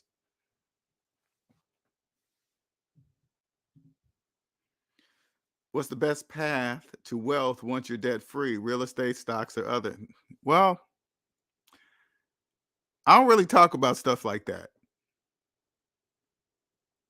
The only thing I can say is this, okay? When you own yourself, you'll know exactly which way to go with all that stuff. Stocks, real estate, because here, let me give you my viewpoint, okay? I know debt slaves are the stock market. I know debt slaves are the real estate market. I know debt slaves are the housing market. They are everything. When you own yourself, you know that too. So you won't look at the real estate game the same way you will, because you'll know the majority of people think they own property with mortgages and they don't. The majority don't know that either. They also do not know they don't own that. which is the weirdest thing. They know they can't buy the property without going to the bank first, but they don't know is that they don't own the property until they pay the bank back their money first.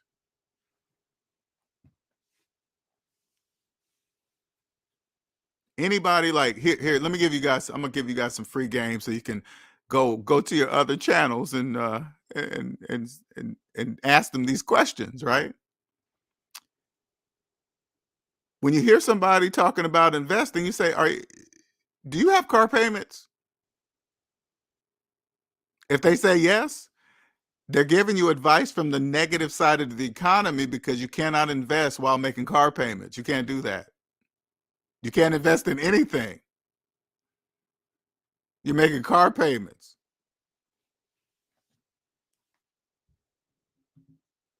Well, how do they get it? Then get what? How do they get what? It's the people. Once you own yourself, you understand debt slaves are everything. It's them. They're the taxes. Hey, raise, lower taxes. Who cares what they do to you guys? Raise you? Okay, they're going to raise you. You want to lower you? Okay, they'll lower you. It's you. People are foolish enough to believe that Mark Zuckerberg is losing money with Meta.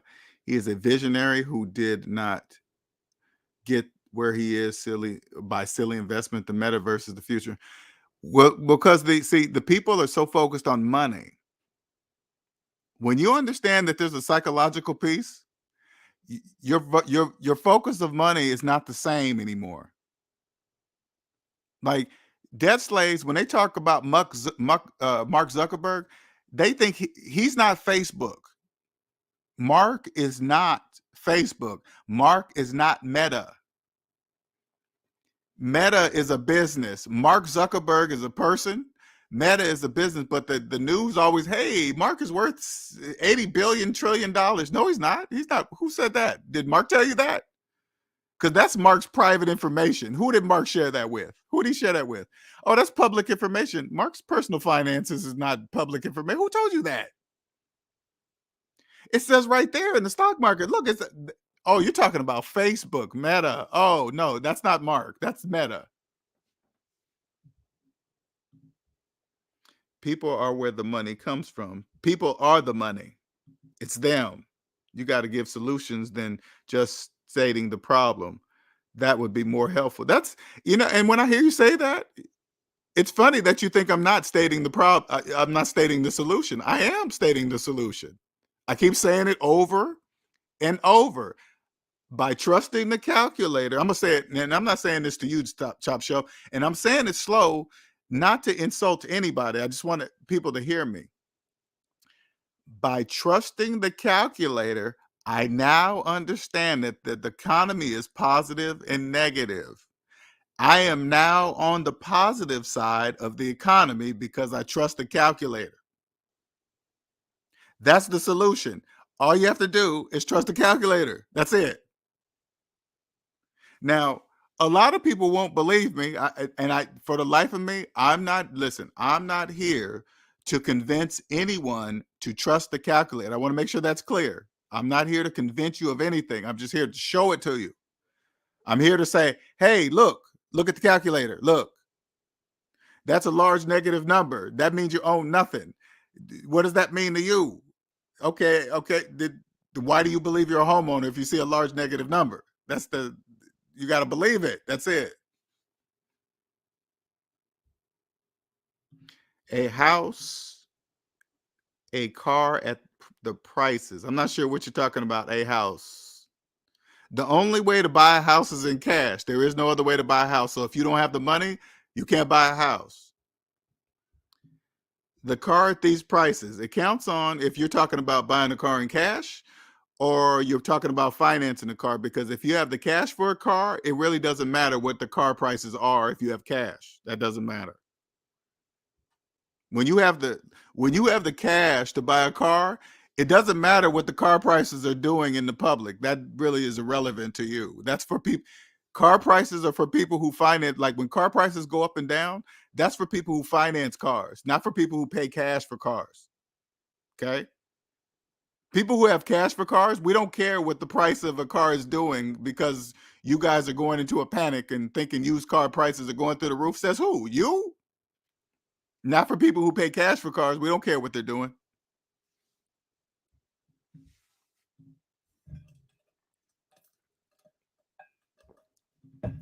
When you live on the positive side of the economy,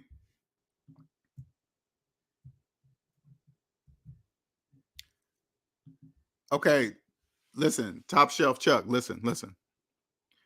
I'm not missing anything. Okay. I am not missing anything. I keep trying to tell you, but I don't know why you're not listening. All you have to do is trust the calculator. It what now? And I'm straight up. I want to ask you something. With me saying that to you, how come you're not getting that? I don't really understand. How come you're not getting? All you have to do is trust the calculator. Why is that? He says to make your shovel bigger to clear the debt. That's why debt. Listen, I'm not Dave Ramsey. I don't do what Dave Ramsey does. What I do is help you own yourself by showing you with mathematics. That's what I do. I show you not in the future, not saying, hey, you can be here and there if you buy 2000 this and that. I show you today with mathematics where you are today. This present moment, when you look at your watch and I show you the math, that's today, which is the only moment that ever matters. Now, with Dave Ramsey, that's how I got out of debt. If it wasn't for Mr. Ramsey, I would have never figured it out. But Mr. Ramsey says, hey, take a calculator and my baby steps and get out of debt. And that's what I did. But when Mr. Ramsey says, hey, when you get down to your mortgage, start putting away 15% into retirement, that's where I left Mr. Ramsey, because you cannot save for retirement while having a mortgage. You can't do that. That goes against the laws of mathematics. So I know that was business. So that's where I left. That's called business. Hey, whatever he does, I don't care. Whatever. But I decided to trust the calculator, so I left.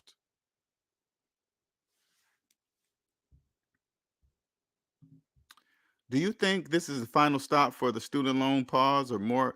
Uh, you know what? This is how I'm looking at it now, Gabriel. Unless something really big in the financial system happens before the due date comes, I would say it's the final time. But if nothing happens between now, if it still goes downhill or nothing changes for the better, and we get closer to they're going to push it. That's my prediction. That's my prediction.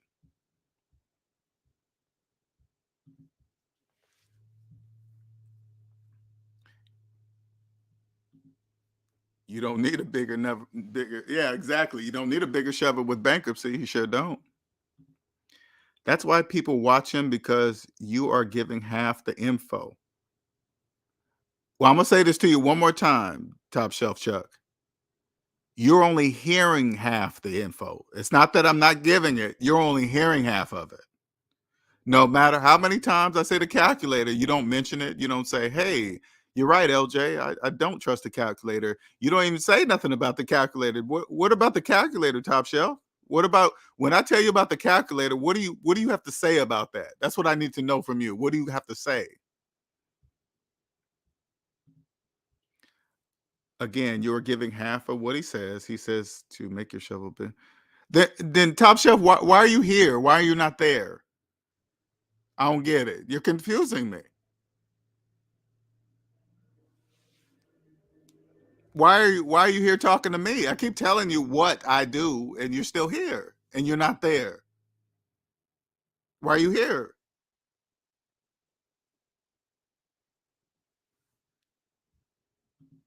Then when I tell you what it is, how come you're not responding? Every time I ask you about the calculator, you never respond to that answer. What about the calculator?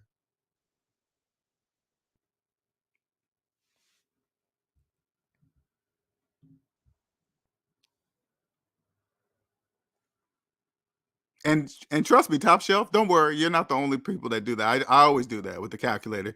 And all debt slaves avoid the calculator. You know why? Because there's no way around it. Listen, Top Shelf, it's all a choice. If you choose not to trust the calculator, that's your choice. That's nothing. Hey, listen, if you choose that, you're going to be on the negative side of the economy till you're dead. That's why. That's it. You're going to be just like all the other debt slaves, thinking they're buying houses with mortgages, thinking they're buying rental property with loans, and thinking they're cash flowing and they have 3 mortgages, 2 mortgages on one house and a mortgage on the rental property, talking about cash flowing. No, they got 3 mortgages. They're so far from cash flowing. You can't cash flow with 3 mortgages. Who told you that? The banks? Your friends. You know how many channels there are on YouTube telling you how to cash flow from mortgage properties? There's thousands. You know what that's called? That's called business. That's if you don't believe the calculator, that's your problem. That's a psychological problem. You can't cash flow from you can't cash flow from a mortgage rental property. Who told you that?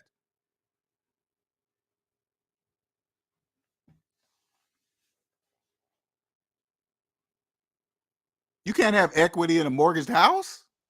Who told you that? You have a psychological problem.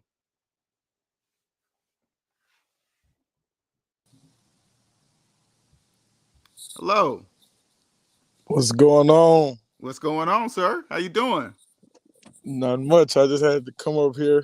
I was actually teasing with you, but Okay. yeah, you're making a lot of assumptions. You forget you talked to me a while back.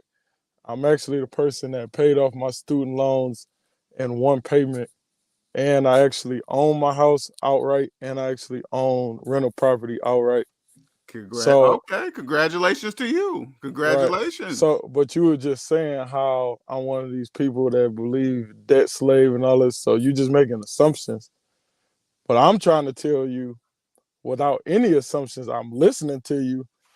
And for a person who actually is in debt, which is most people, then they will have to find a way to get out of debt. Certainly, they have to change their mindset, which is what I listen to you for. Why you saying, why am I here? I actually just stay here just for a reminder to not go into debt or to, kind of like stay around like-minded people. I also still watch Dave Ramsey, even though I'm nowhere in any kind of debt whatsoever. I have 0 debt. How old are you? How old are you? I am 34 years old. 34. Damn. Okay. All right, go ahead.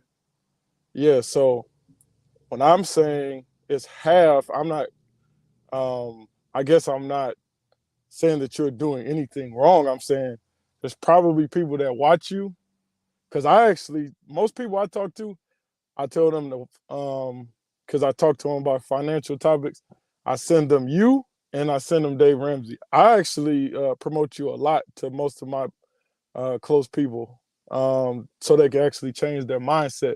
But once they change their mindset, then they have to strategize how to actually eliminate the debt that's in front of them. I'm a person that will be here because I already have done so, and I'm listening to you literally every time you go live. But the debt, what I'm referring to is the shovel, i.e., because most people just comment if they haven't found a way to get out of debt, then I would be probably a subject matter expert. Yeah, I have worked a lot of I did flipping houses. I worked a lot of overtime. You have to eliminate the debt first. And to be honest with you, RJ, I probably 2 months ago actually stopped working similarly to you.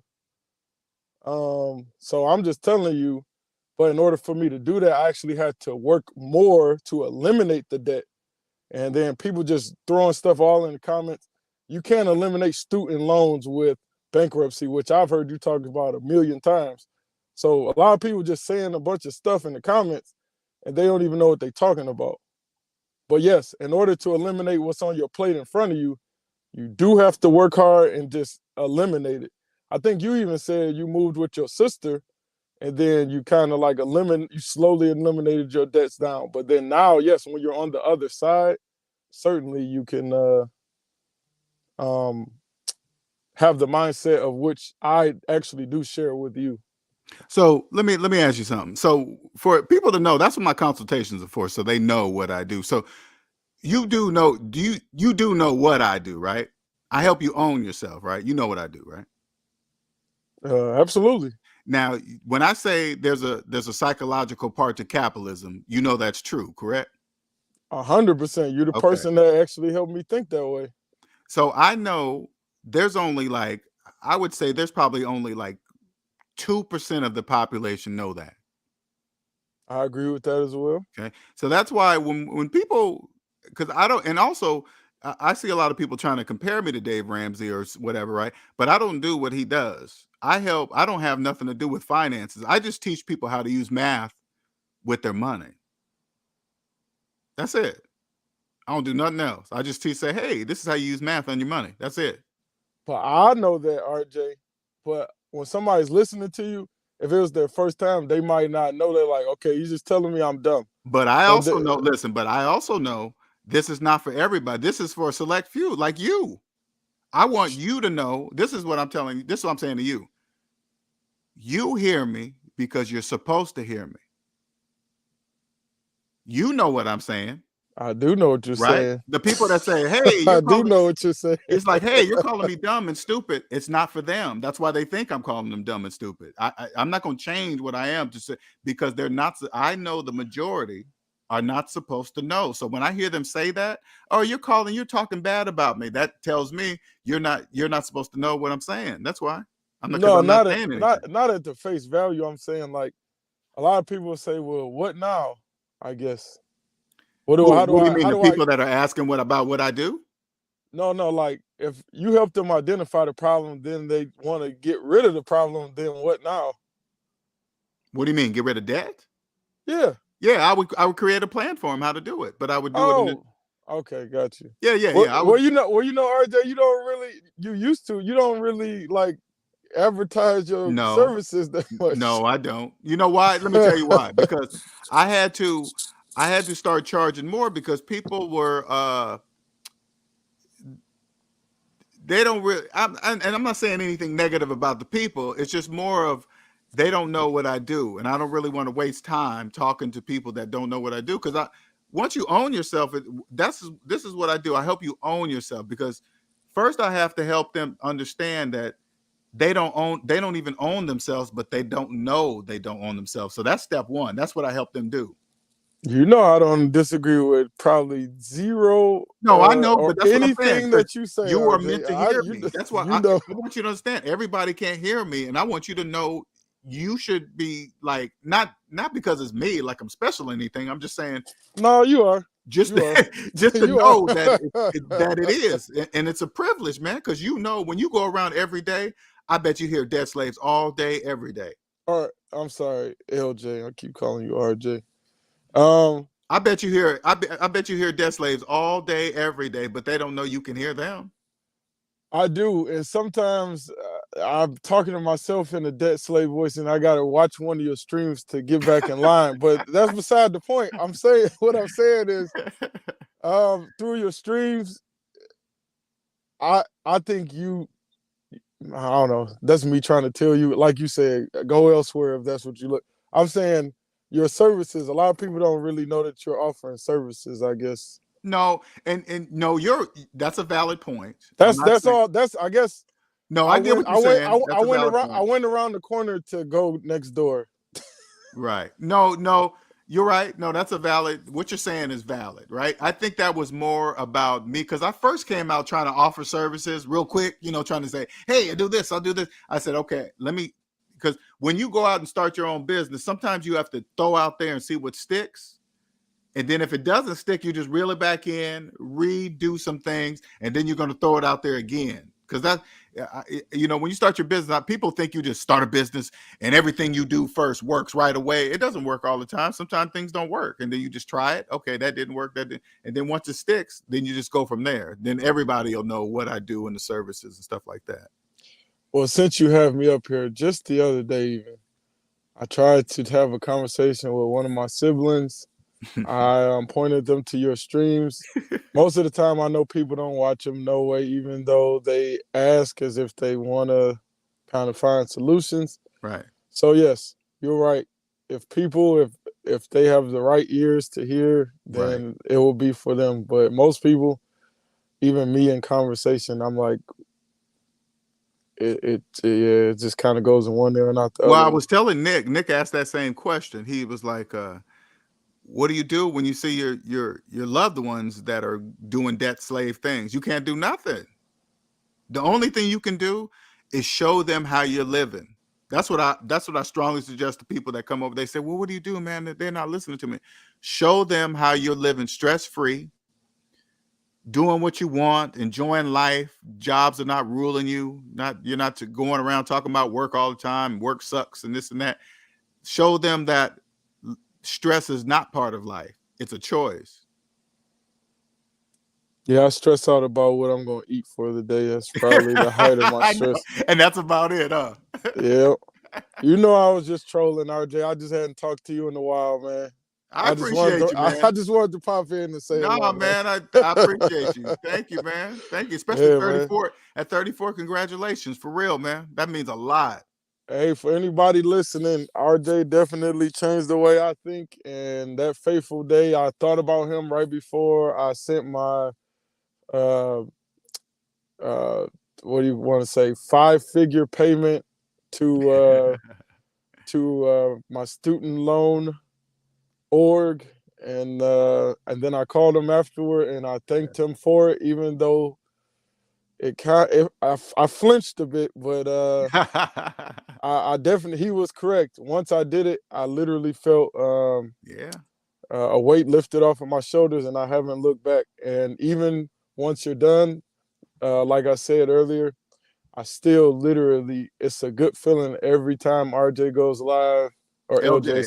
Sorry, LJ. So my bad, LJ. Hey, no problem.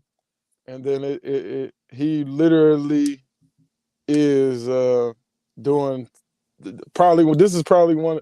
There's a handful of channels that I consider like valuable on this platform, and yours is definitely top 3. I appreciate it, man.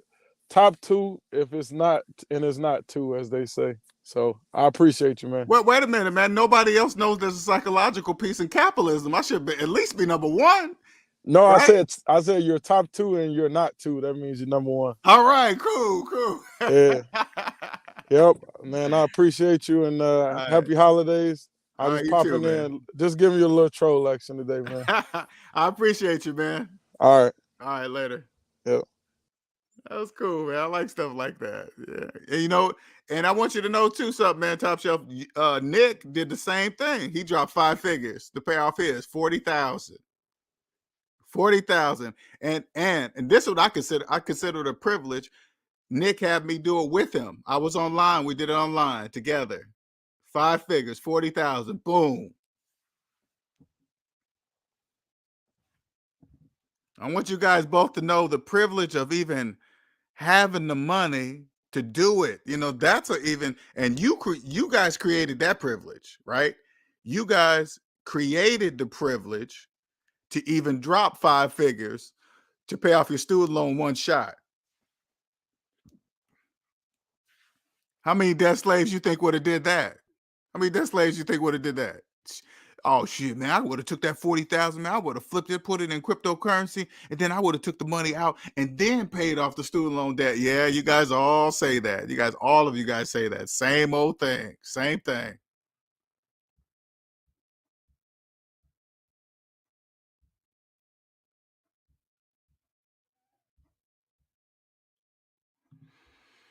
I own my houses free and clear. Congratulations. He said, hey, listen. He said plural. He didn't say house. He said houses. Houses. He's way ahead of the game. I'm glad you're free, Top Shelf. Congrats. Nick knows right along with you. You got, I want you guys to understand what it means to be a free man in his 30s. I just say don't take advantage of the gift. I mean, take good advantage, but don't take negative advantage. Take positive advantage. Don't take negative advantage of the gift, okay? God, man, I could just... Do you know how amazing it would have been just to be in my 30s dating and being 100% with every woman that I would be involved with? 100%. Always 100%. That would have been... Never called a liar about anything. Nothing. I didn't lie about nothing. Nope, nothing. Because I don't need to. I'm being me. Period. Oh man, that would have been... that would have been lovely. Thank you, Top Shelf. Much appreciated. He said, I am charging Christmas gifts on the credit card. I would. I charge everything on my credit card. Then I pay it off at the end of the month. I don't want no thieves getting my money. They get the credit. Hey, the credit card companies have trillions of dollars. Okay. I don't have that much. RJ, first time viewer here. It's LJ. Could you give me some examples of debt slaves or some examples of how the average person is getting screwed without even realizing? Okay. If you are a homeowner with a mortgage, okay, open up your calculator and put in your mortgage payment minus your mortgage balance and then hit equal. That is a large negative number. The calculator says you own nothing, but yet you believe you do. That's the psychological part in capitalism. You believe you own something without having any money because the calculator says. Okay, now, if you are a person that believe you got a car on sale, okay, you saw it on the car lot, you say, oh, that's a good deal. Let me go over here and try to get this. And then you finance it, right? Open up your calculator, put in your car payment minus your car balance and hit equal. That's the price you paid for the car right there, that large negative number. That's how much money you had to buy the car. Now you're probably thinking to yourself, well, that's a large negative number. Exactly. You can't buy a car with it with negative dollars. You can't do that. You own nothing. That's your sale price. Like when you saw the price on the car lot, put in your car payment minus your car balance equals your sale price. Now it's a large negative number. You're gonna be like, what? Yeah, that's how much money you had to buy the car. That's the price you got it for. What? That means everybody's price of the car, everybody that finances the price of the car is different. Yes, but they don't know that. The price of the car that you see on the car lot is not the same price for everybody. Everybody has different interest rates, down payments, over upside down in their car. You don't know how much that car is going to be for them. The price of cars are there for cash buyers, not for people who finance cars. That's a trick. That's called business. See, Shelf is a troll. Appreciate it. Any other questions? Those are great questions. I like those questions, man. Really good question. I hope that was that a good example for you?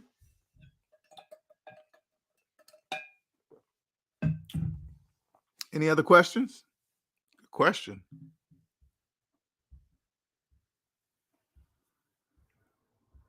That's cool, man. Top Shelf 34 with 2 paid off houses and no debt. Damn. Woo. Yeah. Pedal to the metal over here, man. Once you wake up, you'll be like, oh. Oh, you know, when I now that I'm awake and I look back when I started waking up in my early 40s, like 41, 42. I started figuring out like something's wrong. Something's not right. Now, when I look back at 53, thank God I start waking up in my 40s, man. Because my foot is to the floor. I'm going straight for multimillionaire status. There is no stopping me. I ain't got time for nothing else. But thank God I started waking up at 40 because I couldn't imagine if I started waking up in my 50s. Oh, I couldn't imagine could start paying off my student loan debt starting at 50. Oh, man. Oh, my God, no. Oh, my God. I'd be like, oh, God. You're welcome. I say, because I remember when I was hitting like 42, somewhere around there, I was like, okay, okay, what am I gonna be doing? Keep driving to this job every day? This is how it started popping in my head, right? Okay, okay, I got a good job, but just keep going to the same building for the next 10, 15 years. And like when I remember first getting this job, right? This job, and maybe I was hired, I was probably maybe a month in, right? And then they were celebrating a guy that had been there for 20 years, and they gave him a pen and a little chip piece of nugget on a ruby on a pen or something. But I was like, for 20 years? Congratulations. Something they printed out on the printer. Congratulations, John Jackson. Thank you for your service for 30 years. Here's your pen and here's your thing for your put in your cubicle. It's like, that's what he got for 20 years? I was like, oh, hell no. No, that ain't gonna be me. No, I'm not doing that. I was like, no, but I didn't know what I was gonna do, okay? Because at that time I was in debt, but I just knew something was wrong, right? And then as a computer engineer, I would have my phone tied to my job. They would call me all times of nights, and I remember waking up when I wasn't on call. I was like, something's wrong about this. Yeah, Linnell, you're not getting paid for it. I had this feeling, right? As a computer engineer, you just think it's normal for your employer to call you anytime they wish because they partially pay for your phone. That's wrong. Okay, that's wrong. And I remember I would get calls when I wasn't on call, and I would wake up in the middle of the night with this overwhelming feeling that something was wrong. You know what was wrong? They wasn't paying me for it. I was doing that for free because I thought I was supposed to be a team player. Working for free? No, you're a debt slave if you're working for free. And listen, if you're a computer engineer and you gotta say like you're a computer engineer with the on-call rotation, right? And they're still calling you outside the on-call rotation, guess what you're doing? You're working for free. They're not paying you for that. You're working for free because they told you about the week on, week off, week of every few months for the on-call rotation, right? They told you about that, but they didn't say 24 hours of your life, because if they can call you anytime, guess what? They own 24 hours of your life. If you're too scared to leave the house without the work phone or without your phone because of work, even on your days off, they own you. You're owned. That was me. That was me. All because I didn't know there was a psychological piece in capital. I didn't know there was a positive and negative side. I did not know that. The only part I knew in capitalism was the physical part: the cars, the houses, the jewelry, the money, the what you need to have to get girls, and this and that. That's all the physical part. You don't know the psychological. Once I understand that, oh shit, there's a positive side. Yes. Who are the positive side? People that own homes and they don't have mortgages. There's people like that. Yes. Are they rich? No, they're not rich. People who own houses with no mortgages, all of those people are not rich. They just know that there's a psychological piece of capitalism. Those people know that you cannot own a house with a mortgage. The people with no mortgages, they know you can't be a homeowner with one. That's why they don't have one.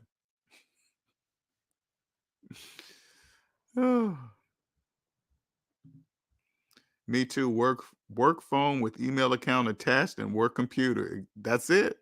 Me too. Work phone with email. See? I remember I remember just getting that call, and I just knew something was wrong about that. Hey LJ, the VMware thing is down, man. We need you to get on. I was like, You know what's so crazy? This is what I really think about too. We have multiple systems, multiple operating systems in this company, multiple. There was no one person that could know all of the systems. There was one person, there was always one main person that knew each particular system. So even if you wasn't on call and there was something down with the system that you were the main part, you would get a call and be expected to answer. And I remember they were saying this one time, they said, if we get a red alert, everybody has to get on that call. I'm like, wait a minute. Well, what if I'm at my kid's birthday party or something? I have to stop my kid's birthday, stop being there and get on this call? That means you own 24 hours of my life. That's not happening ever.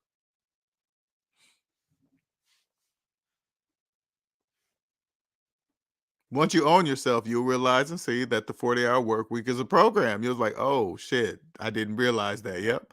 Saturday and Sunday are not special. Nope. They're just days of the week. Saturday's no different than Monday. Friday's not special. It's not. Wednesday's not a hump day. That's from a commercial. That doesn't mean anything. Hump day, what's that mean? Oh, because it's in the middle of the week. So they just made up some bullshit and hey, all the desk slaves, hey, you're at hump day. What's that? That means nothing. That's a TV commercial.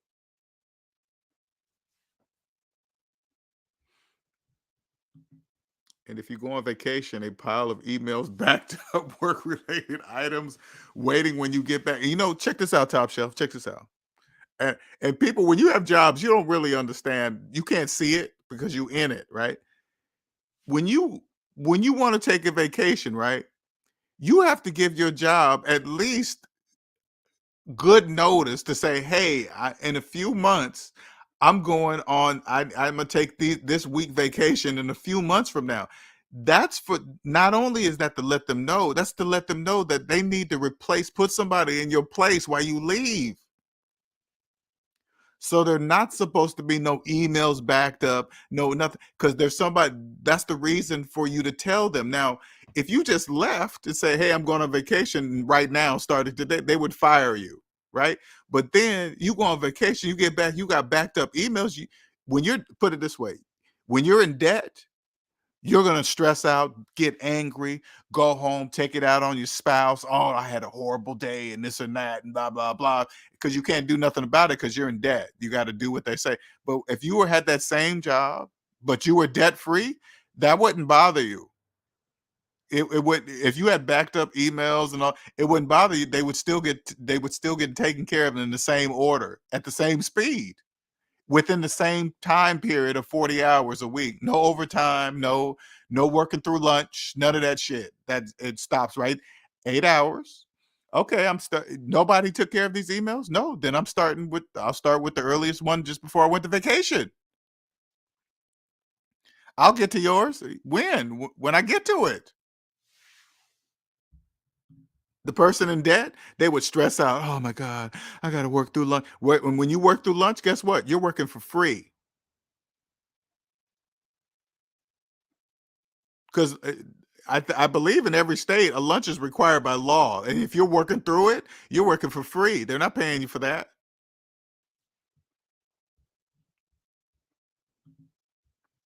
Christmas, Halloween, Valentine's Day, Thanksgiving, Black Friday, Cyber Monday, consumer debt holidays. A lot of people want to hear that, though. They do. And listen, I want people to really understand this.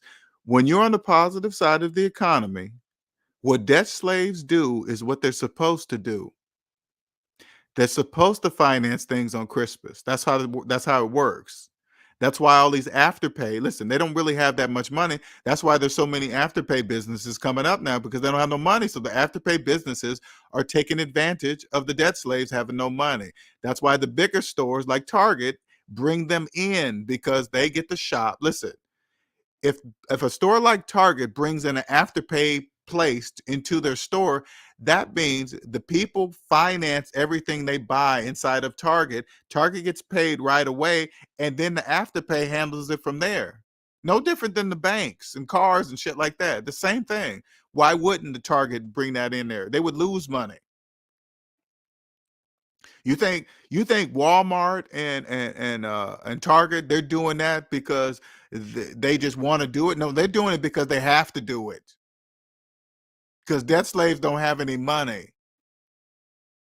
They were probably really panicking when those student loans, because they knew sales were going to go down.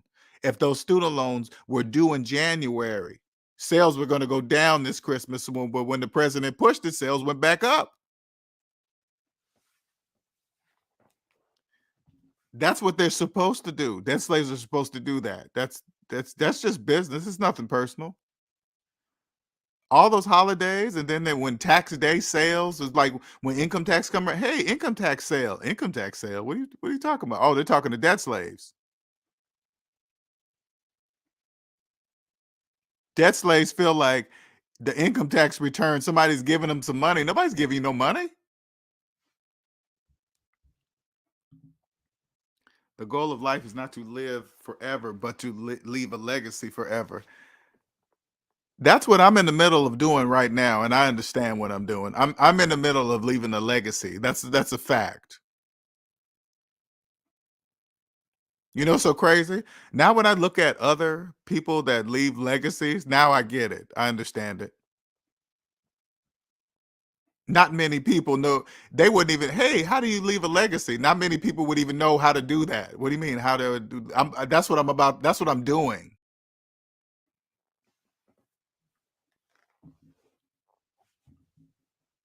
He's probably saying, well, how do you know that, LJ? Because I know there's only a small percentage of people that know there's a psychological part in capitalism. I know that for a fact. That is a fact. Probably, what do you mean that's a fact? Trillions of dollars in mortgage loan debt says it's a fact. Trillions of dollars in credit card debt says it's a fact. Trillions of dollars in student loan debt says it's a fact. That's a fact. Trillions of dollars in mortgage loan debt says millions of people believe they're homeowners when they're not. Congratulations, banks. Congratulations.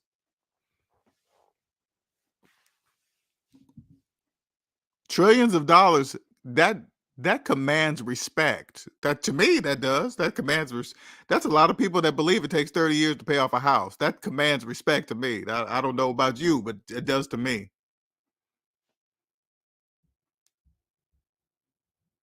It sure could. You're right, Nick. It could not exist without debt slaves. I know that for a fact.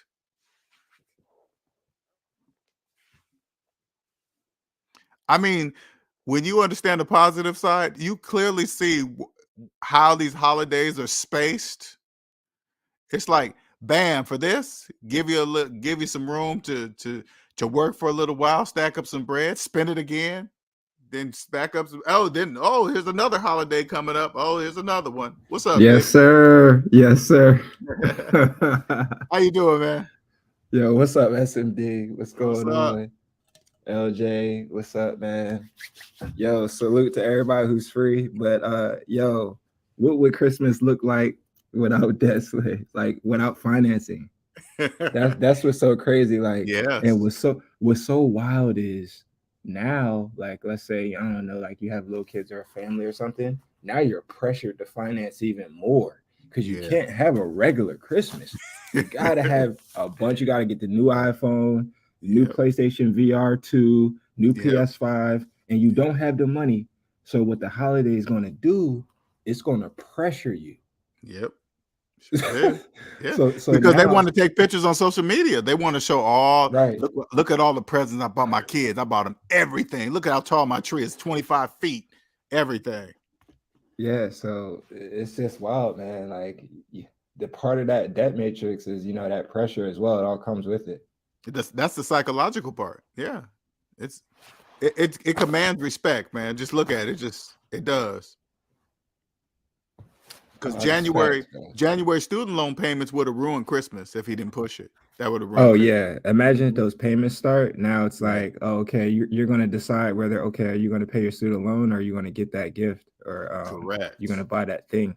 Correct. Now, okay, Biden pushed the loans back. Okay, now we got more money to spend for Christmas. Yep. We can get that, more stuff, more gifts. I'll pay it back with my income tax check. They see all that room? See all that room that comes up? Right, but it's just like people are just kicking the can, like they don't even realize it. Like, like you're just kicking the can. Like as soon as he starts, it's like, okay, where do you go from there? Right. I don't. You know what? Honestly, you got to. If you really think about it, they're no matter where they put the date, they're not going to have the money, right? So I don't think they really think about that. I just think they believe they'll have the money by the time the payments are due or something. Maybe. Yeah, they're not gonna have it though, LJ. But, no, I know they're not going to have it. I'm just trying to think. I'm trying to imagine what they're thinking in their mind. Like They know the payment's going to be coming. Are they just planning on ignoring it, or I don't know. I'm just curious. I don't know how they Yeah, would think. yeah, I have no idea. But I mean, like it's just the pain, like I know, like to get stuff taken away from you. I mean, that's part of what woke me up.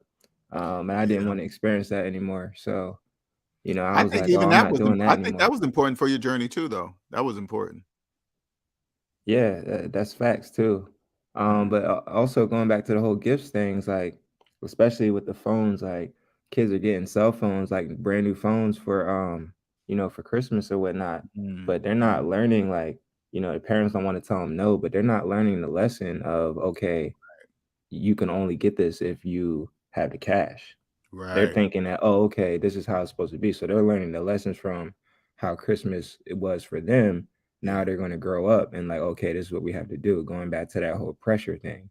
And I'm glad you brought that up. You know what else works too? You know what else does? When parents grow up, maybe they didn't get what they wanted to get, right? And then they grow up and they say, "I'm gonna get my kids everything they want Right. because I need," Exactly. and then they just start that cycle, not financing everything. Yeah. Not knowing what the implications are. I think it's because people, they, they think they have infinite amount of time. I think that's Right. what it is. That They're like, is oh, okay, I'll just push it back to my future. But your right. future self is not, they're not woke enough to see that their future self is Right. like, what are you doing, you idiot? You're gonna make me work longer and longer and longer. Like Right. they're just Right. looking at the here and now to get that quick hit. Oh, I can buy this. Oh, I can get it now. I have the credit.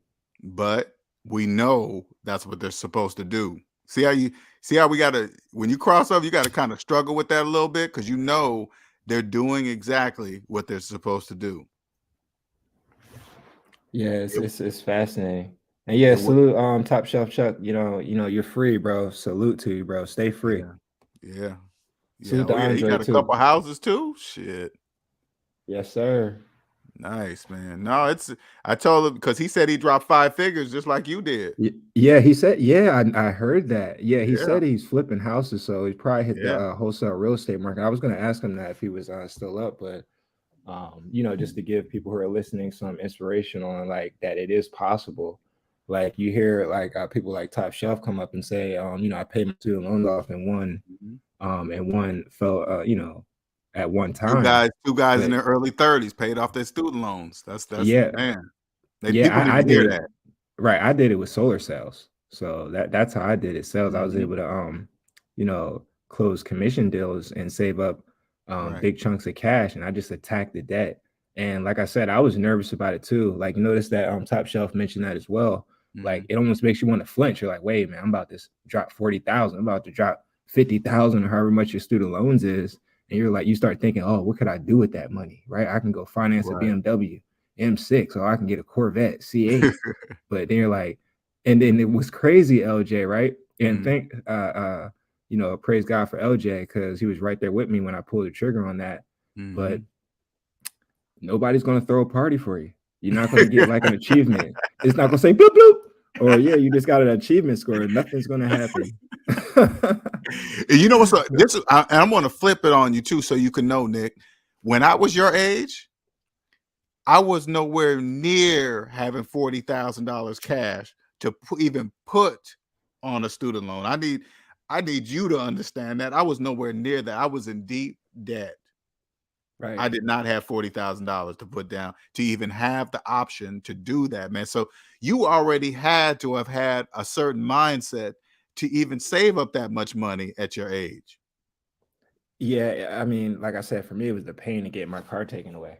Like, Mm. I'm like, yo, I can't feel this. Your heart Oh, that beating, was the listening to trigger for tow you right trucks. there. Oh, that was Yeah, the yeah. I trigger was for like, you. yeah, and this was before I even found about you, LJ. I was just like, Gotcha. wait a Okay. minute, like this is not right. Like, I Okay. shouldn't be stressed about, losing my car and everything. Like this is crazy. Like, how is it that I have all this stuff and then all of a sudden I can't pay for it and feeling that stress? I'm like, wait a minute, Mhm.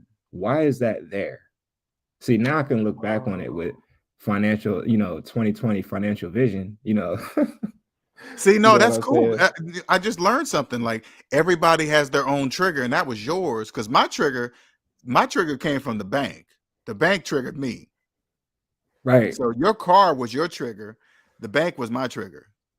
Yeah, it was just it was Wow. like and like with the phones and everything too, it's like breaking out of that cycle too. Like the iPhone comes out every 2 years. So it's like you finance a phone, you drop 200, right? Yeah. And I used to always think like I remember my boy I grew up with, he got the first iPhone. That was back when it was like $500 for a phone, and that was like unheard of.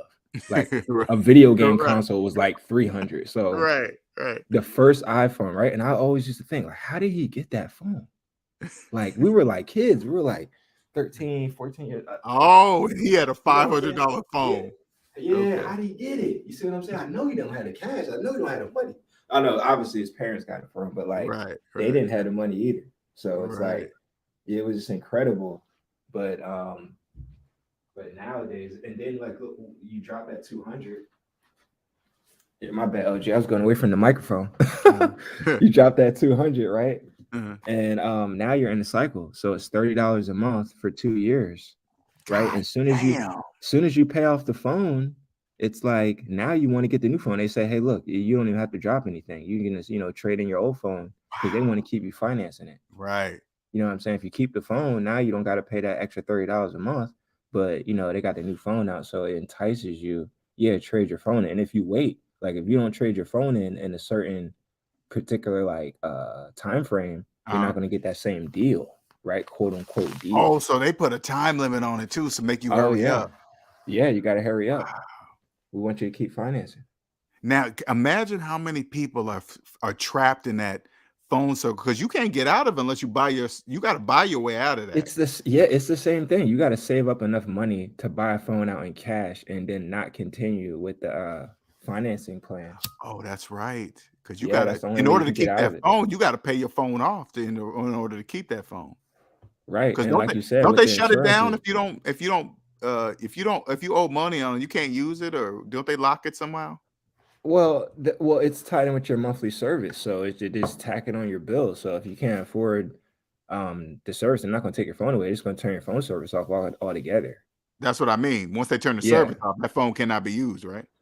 Right, correct. I mean, you need a SIM card or whatever, or the network. You need network service, and then if you try to go to another carrier, they're going to charge you then. Wow.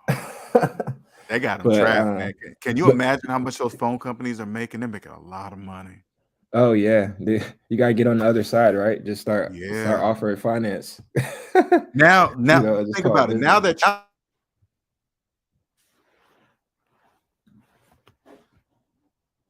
LG, I think you're muted.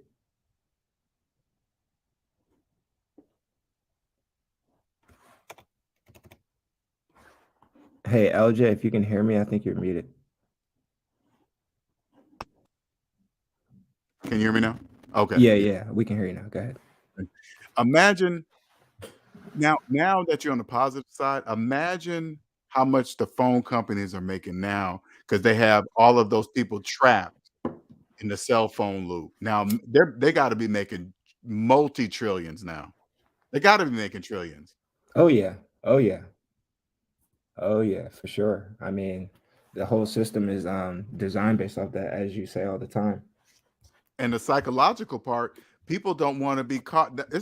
Phones are fashion statements now. I mean, look, actually, you wouldn't even be able to have a social network because look, the whole social networks are functioning off phones, and if not enough people have the phone, then you can't even have the social network. So even social networks are based off financing. You got to get enough people phones for it to even make sense. Yeah. Wow, they're just rich, man. That's where I'm going. I'm going with them. They're just killing the game with debt slaves, killing it. Right. And LJ, I was gonna say, we should start doing reaction videos, like What? where we pull up like people saying certain financial stuff, and then we can just react to it. I think that would be give me an really example. cool. I'm curious what you're saying. I mean, like, there's so many videos on YouTube, right? A lot of people are saying different things, and there's just different news articles or whatnot. And I think it'd be interesting to like, you know how they do on some content creators, they'll have a video and then they'll play it and then you react to it. Oh, gotcha. Yeah, like financial reaction videos. I think that'd be interesting. But from an SMD perspective. Yes, exactly. Yes, from the SMD perspective. Yeah, they will never have heard those kind of reactions. Never. Yeah, for sure though. But yeah, man, like, you know, it'd have to best be way to from a say major anything. topic, right? Or some kind of, because I've been Yeah, I seeing mean, some people do shorts like that. But they be corny, really. yeah, there's stuff everywhere. You know, I'm sure I actually find a few things maybe we can react to. I Okay. think SMD would be they'd be interested in seeing kind of like how you react to certain people saying certain things. I think that would be good. Like you and me would be up there, so they see somebody in your age group. Because when they see Oh me, yeah, oh, for he's sure. old. He doesn't know he's old school. And I'm just tired of hearing that dumb shit, right? So you bring somebody young saying the same thing, then now they could just shut up. Yeah, it's a very interesting perspective, but it feels good to be free though, man. It's like you don't have to worry about these student loans, and you're not controlled by like what the media is saying. Oh, okay, they're gonna start student loans, and then you start stressing. Like people like ignore that stress. Like that stress is real. Like Hey you got man, to get tell the rid of people that. your age about your stress. Is stress even in your life? Nah, man. Like Top Shelf is funny as hell. He was like, "Oh, I only stress about what I'm gonna eat." But I like, know that nah, was it's like funny. I gonna lie, that you was look funny. at you look at stress different. Like everything you do is like a choice now. It's like, Yeah. you know, if something starts to really bother you, you know, now it's like, okay, how do I remove this? Or is this really necessary? Like Right. I have the choice to either remove myself. Pretty much that's pretty much what's gonna happen. Versus like when you're in debt and you know that you have all these things to pay for your life to function, it makes you like kind of compromise Right. your circumstance. Oh, that's a good example, man. I like that. You're Yeah, right. yeah, you deal with it. You deal with this like with certain stresses, and see that's what's uh actually necessary for a society to continue to go. Correct. It needs like to make you feel like you have to do it, and this is why, you know. Well, that's why I say there must be a balance. There must be people that know, and there must be people that don't know. The majority, we already know the majority must not know, but there also must be a balance of people that do know, because we know how it works. We know how it has to work to function. I mean, just because we say, "Oh man, they're financing phones, man," they just don't. Well, we really know that that's what they're supposed to do. Okay, because if they didn't, the phone Apple. You think Apple could exist if they wasn't financing their shit? No, Apple No, couldn't exist. absolutely not. So many Absolutely not. things, so many things. Like, and I think it's just the skill set of the making the money. It's so and these days there's so many distractions, get rich quick schemes and Right. different things like that, and Right. so much financial noise, and people want to take shortcuts when Right. really, you know, it's you got to build your skill sets. You got to start a business or work with somebody who already has a business, Right. make them money, and then make money that way. So it's just about saving enough money where if you do have the debt, you can attack it. There's So a I lot of think that's noise. what, You're right. yeah, yeah, that's really what it is. People feel like they can't save enough money to Hmm. pay down a large majority of the debt. So then they just get comfortable in it and they're like, oh, okay, I can still live like and feel like I have money, and then not actually have the money for things. You see what Yeah, I'm I saying? mean, I do understand. You're gonna have to have a strong brain to understand SMD. You're gonna have your mind is gonna have to be strong. Yeah, yeah, and Yeah. then some people it's like the social aspect of it too. Like you've already been Right. living a certain way, so Right. now you know what you actually would need to do to get out of the debt. But Mhm. because you're so used to living a certain way, you're like, well, if I go backwards, quote unquote, if I Right. reduce some of Right. these Right. expenses, people are going to think something's wrong with me. Right.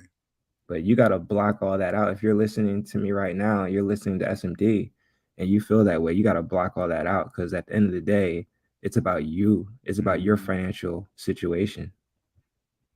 That's what they thought I did when I moved in with my sister when I was in my 40s.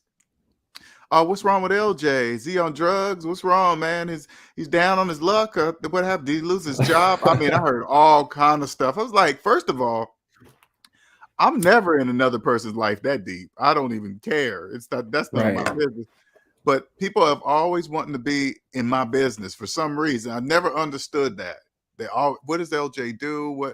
Why is he doing this? It's like, I don't care what you do. Why do you care what I do? But anyway, if my mind wasn't strong, I probably would have succumbed to, oh man, I can't drive an older car. You know, Yeah, and here's I here, can't be here's seen living in my sister's house in a room, man. The women not gonna like me. Man, if I would have fell for that, oh, that would have been, I would have killed myself as far as financially. yeah. I hear you, OJ. I think like I don't know, like especially let's talk about the real estate, right? Like when people say, "Oh, I'm cash flowing my house," right?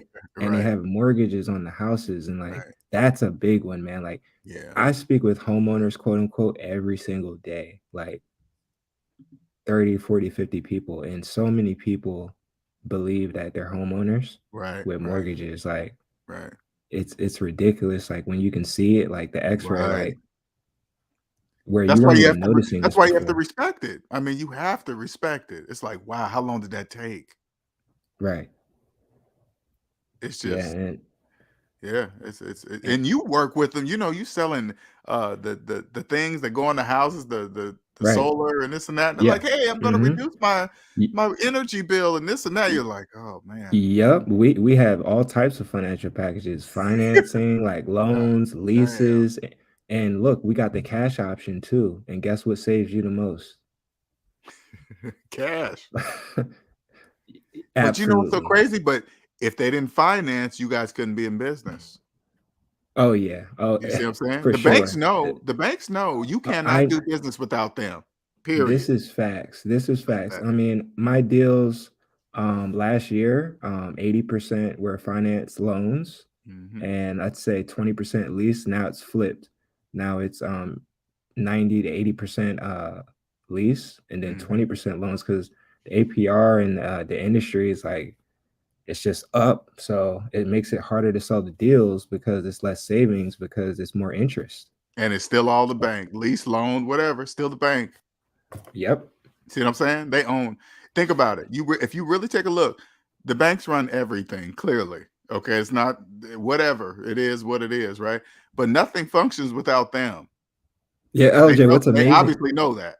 what's amazing is like, people do get really emotional about the solar as well because they're like, oh, I don't like the way it looks, or I don't think it's going to save me enough money.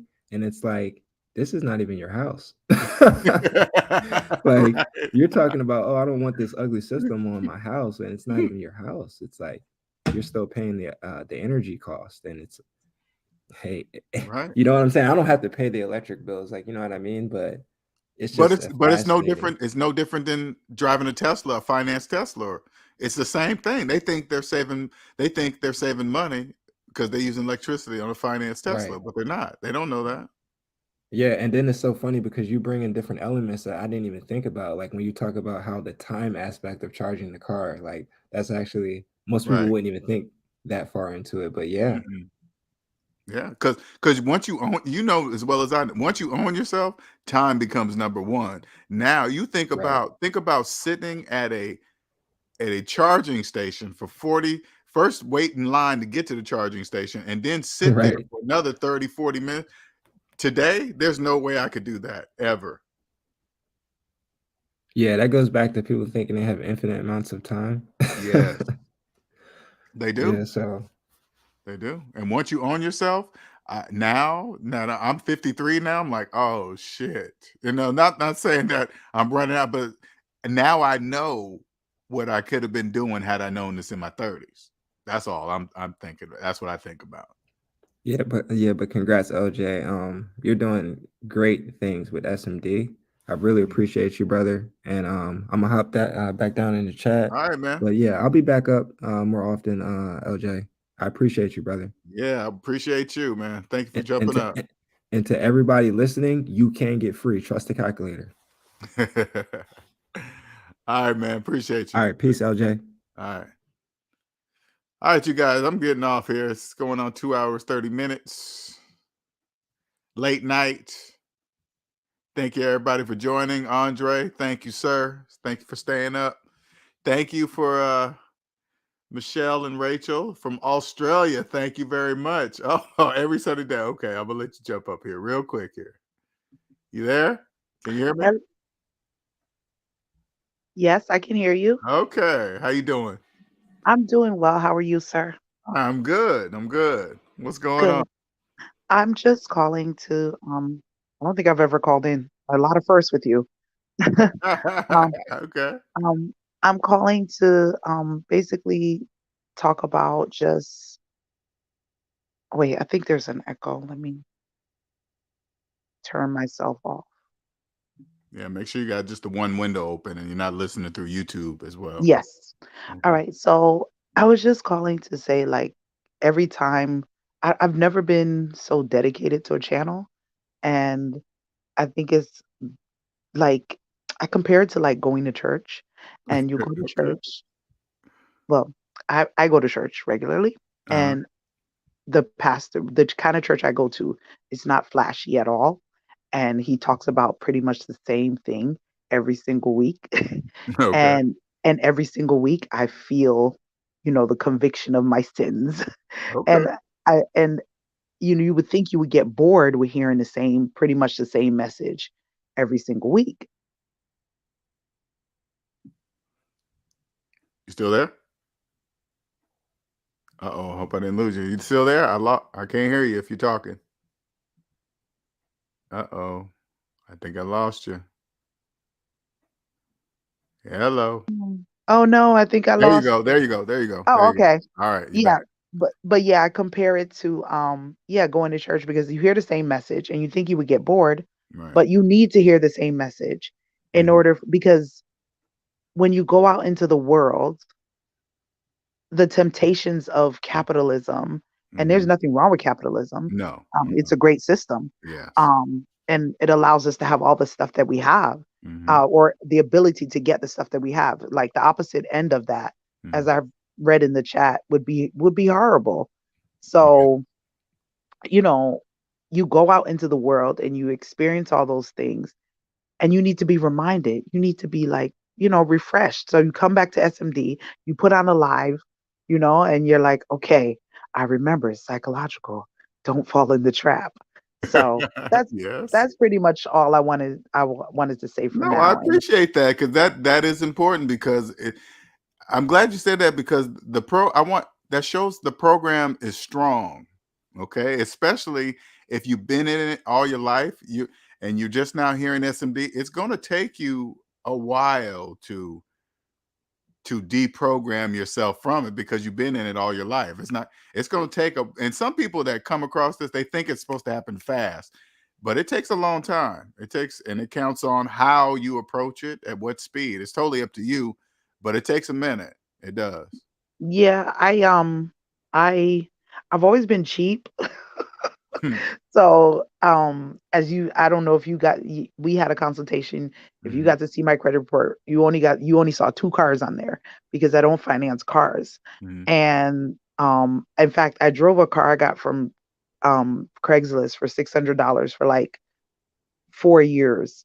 And one time my aunt was like, I would never, you have a real job. Like, why are you driving this car? Right.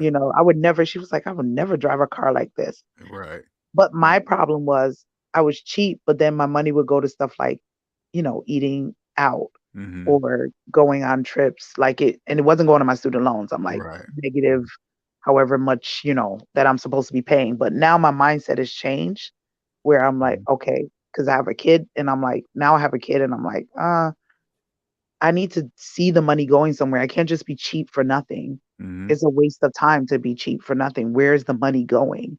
And so now I'm trying to just have a plan. And Even with the words like when people think about becoming debt free, they think they have to use words like cheap and stuff like that. But when you finally get to zero, the best way I can describe it is you the way you'll live, it'll you don't it's not cheap because you're not in the economy the same way everybody else is. Everything is not. You got to remember, like when somebody else goes out to eat and they're in debt, they finance that meal because they have no money. But say like you went to the exact same restaurant and you were debt free though and you paid cash, that meal costs different for you than them. yeah. See what I'm saying? So, and Mhm. then and if you add that to everything they buy, it costs more. But if you pay cash, it's not. So you'll look like you're still doing the same thing as them, but you'll be doing it as a free person. Yeah, it's like putting on some like special glasses. Yes. and seeing the world Perspective. through these. Yeah, the perspective is totally It's different. totally different. That you'll have a 100% different perspective. It'll be the same everything, but your perspective will be different. You're already listening to people differently now. Yeah, I don't even know how I found your channel. I seriously, Mm-hmm. and I was a Dave Ramsey person, Mm-hmm. and like we talked about, and I even went to the Financial Peace University and all that. And I had stopped using my credit cards like 7 years ago. Like no, actually, it's almost 10 years ago now. Mm-hmm. But I wasn't doing anything.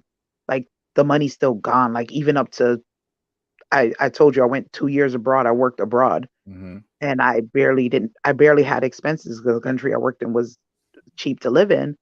And the government for the country that I worked in paid some of my expenses. And still, where's the money? So I paid off my car, but and I got rid of my car. But I paid it off and then I gave it to a friend. It's just, it's just part of like I said, it's the program that how it's supposed to be. That's just the negative side. And that's what I do. I just bring you off the negative side, bring you to the positive side. And then you'll say, oh, they're supposed to finance cars and have multiple credit cards and brag about their credit score and stuff like that. You'll know because that's all business. So it's Yeah, I knew all that stuff. mm-hmm. I think I knew it like in my head because certain things I just didn't do. Mm-hmm. But I didn't know it. Like it being introduced to SMD, it's starting to sound a little cultish, but introduced to SMD, like really was that missing piece. Yes. Like it was that, and something clicked. Like okay, I'm actually gonna write a budget this month, even though And Dave Ramsey when told me. SMD grows, you're gonna know people are gonna start saying that about, oh, they're a cult and all this stuff. And I'm just saying right now for everybody here, no, we just all trust the calculator. That's it. They're gonna make something a bigger deal than what it really is. And I want everybody to know it's just that we trust the calculator. That's it. It's so Nothing your more. message is so simple and it's so straightforward and it doesn't change. Because I did the consultation, I know it doesn't change. It was the exact same thing. Yeah. And I just really appreciate you coming on, Uh-huh. so that I could go to church multiple times a week to Mm-hmm. refresh my mind to Okay. remember why I'm doing what I'm doing. So thank you for everything. You're welcome. I have no great tips to give, but You I are just welcome. say just keep listening, and to everybody, just keep listening. It may sound like the same. It is the same message, but we need the same message in order to block out all the noise. Like if people talk about the financial noise. So I appreciate it. And instead of doing my debt-free scream on Dave Ramsey, I'm doing it with you. I'm going to do it with you when I pay off those student loans. So thanks again. You are very welcome. Very All welcome. right. Take care. All right, you too. All right, you guys, I'm gonna wrap it up here. You want to say hello to the people? Hi, everyone. I just came to tease him, trying to borrow my man from you guys, but you can have him a little bit longer. I'm getting off.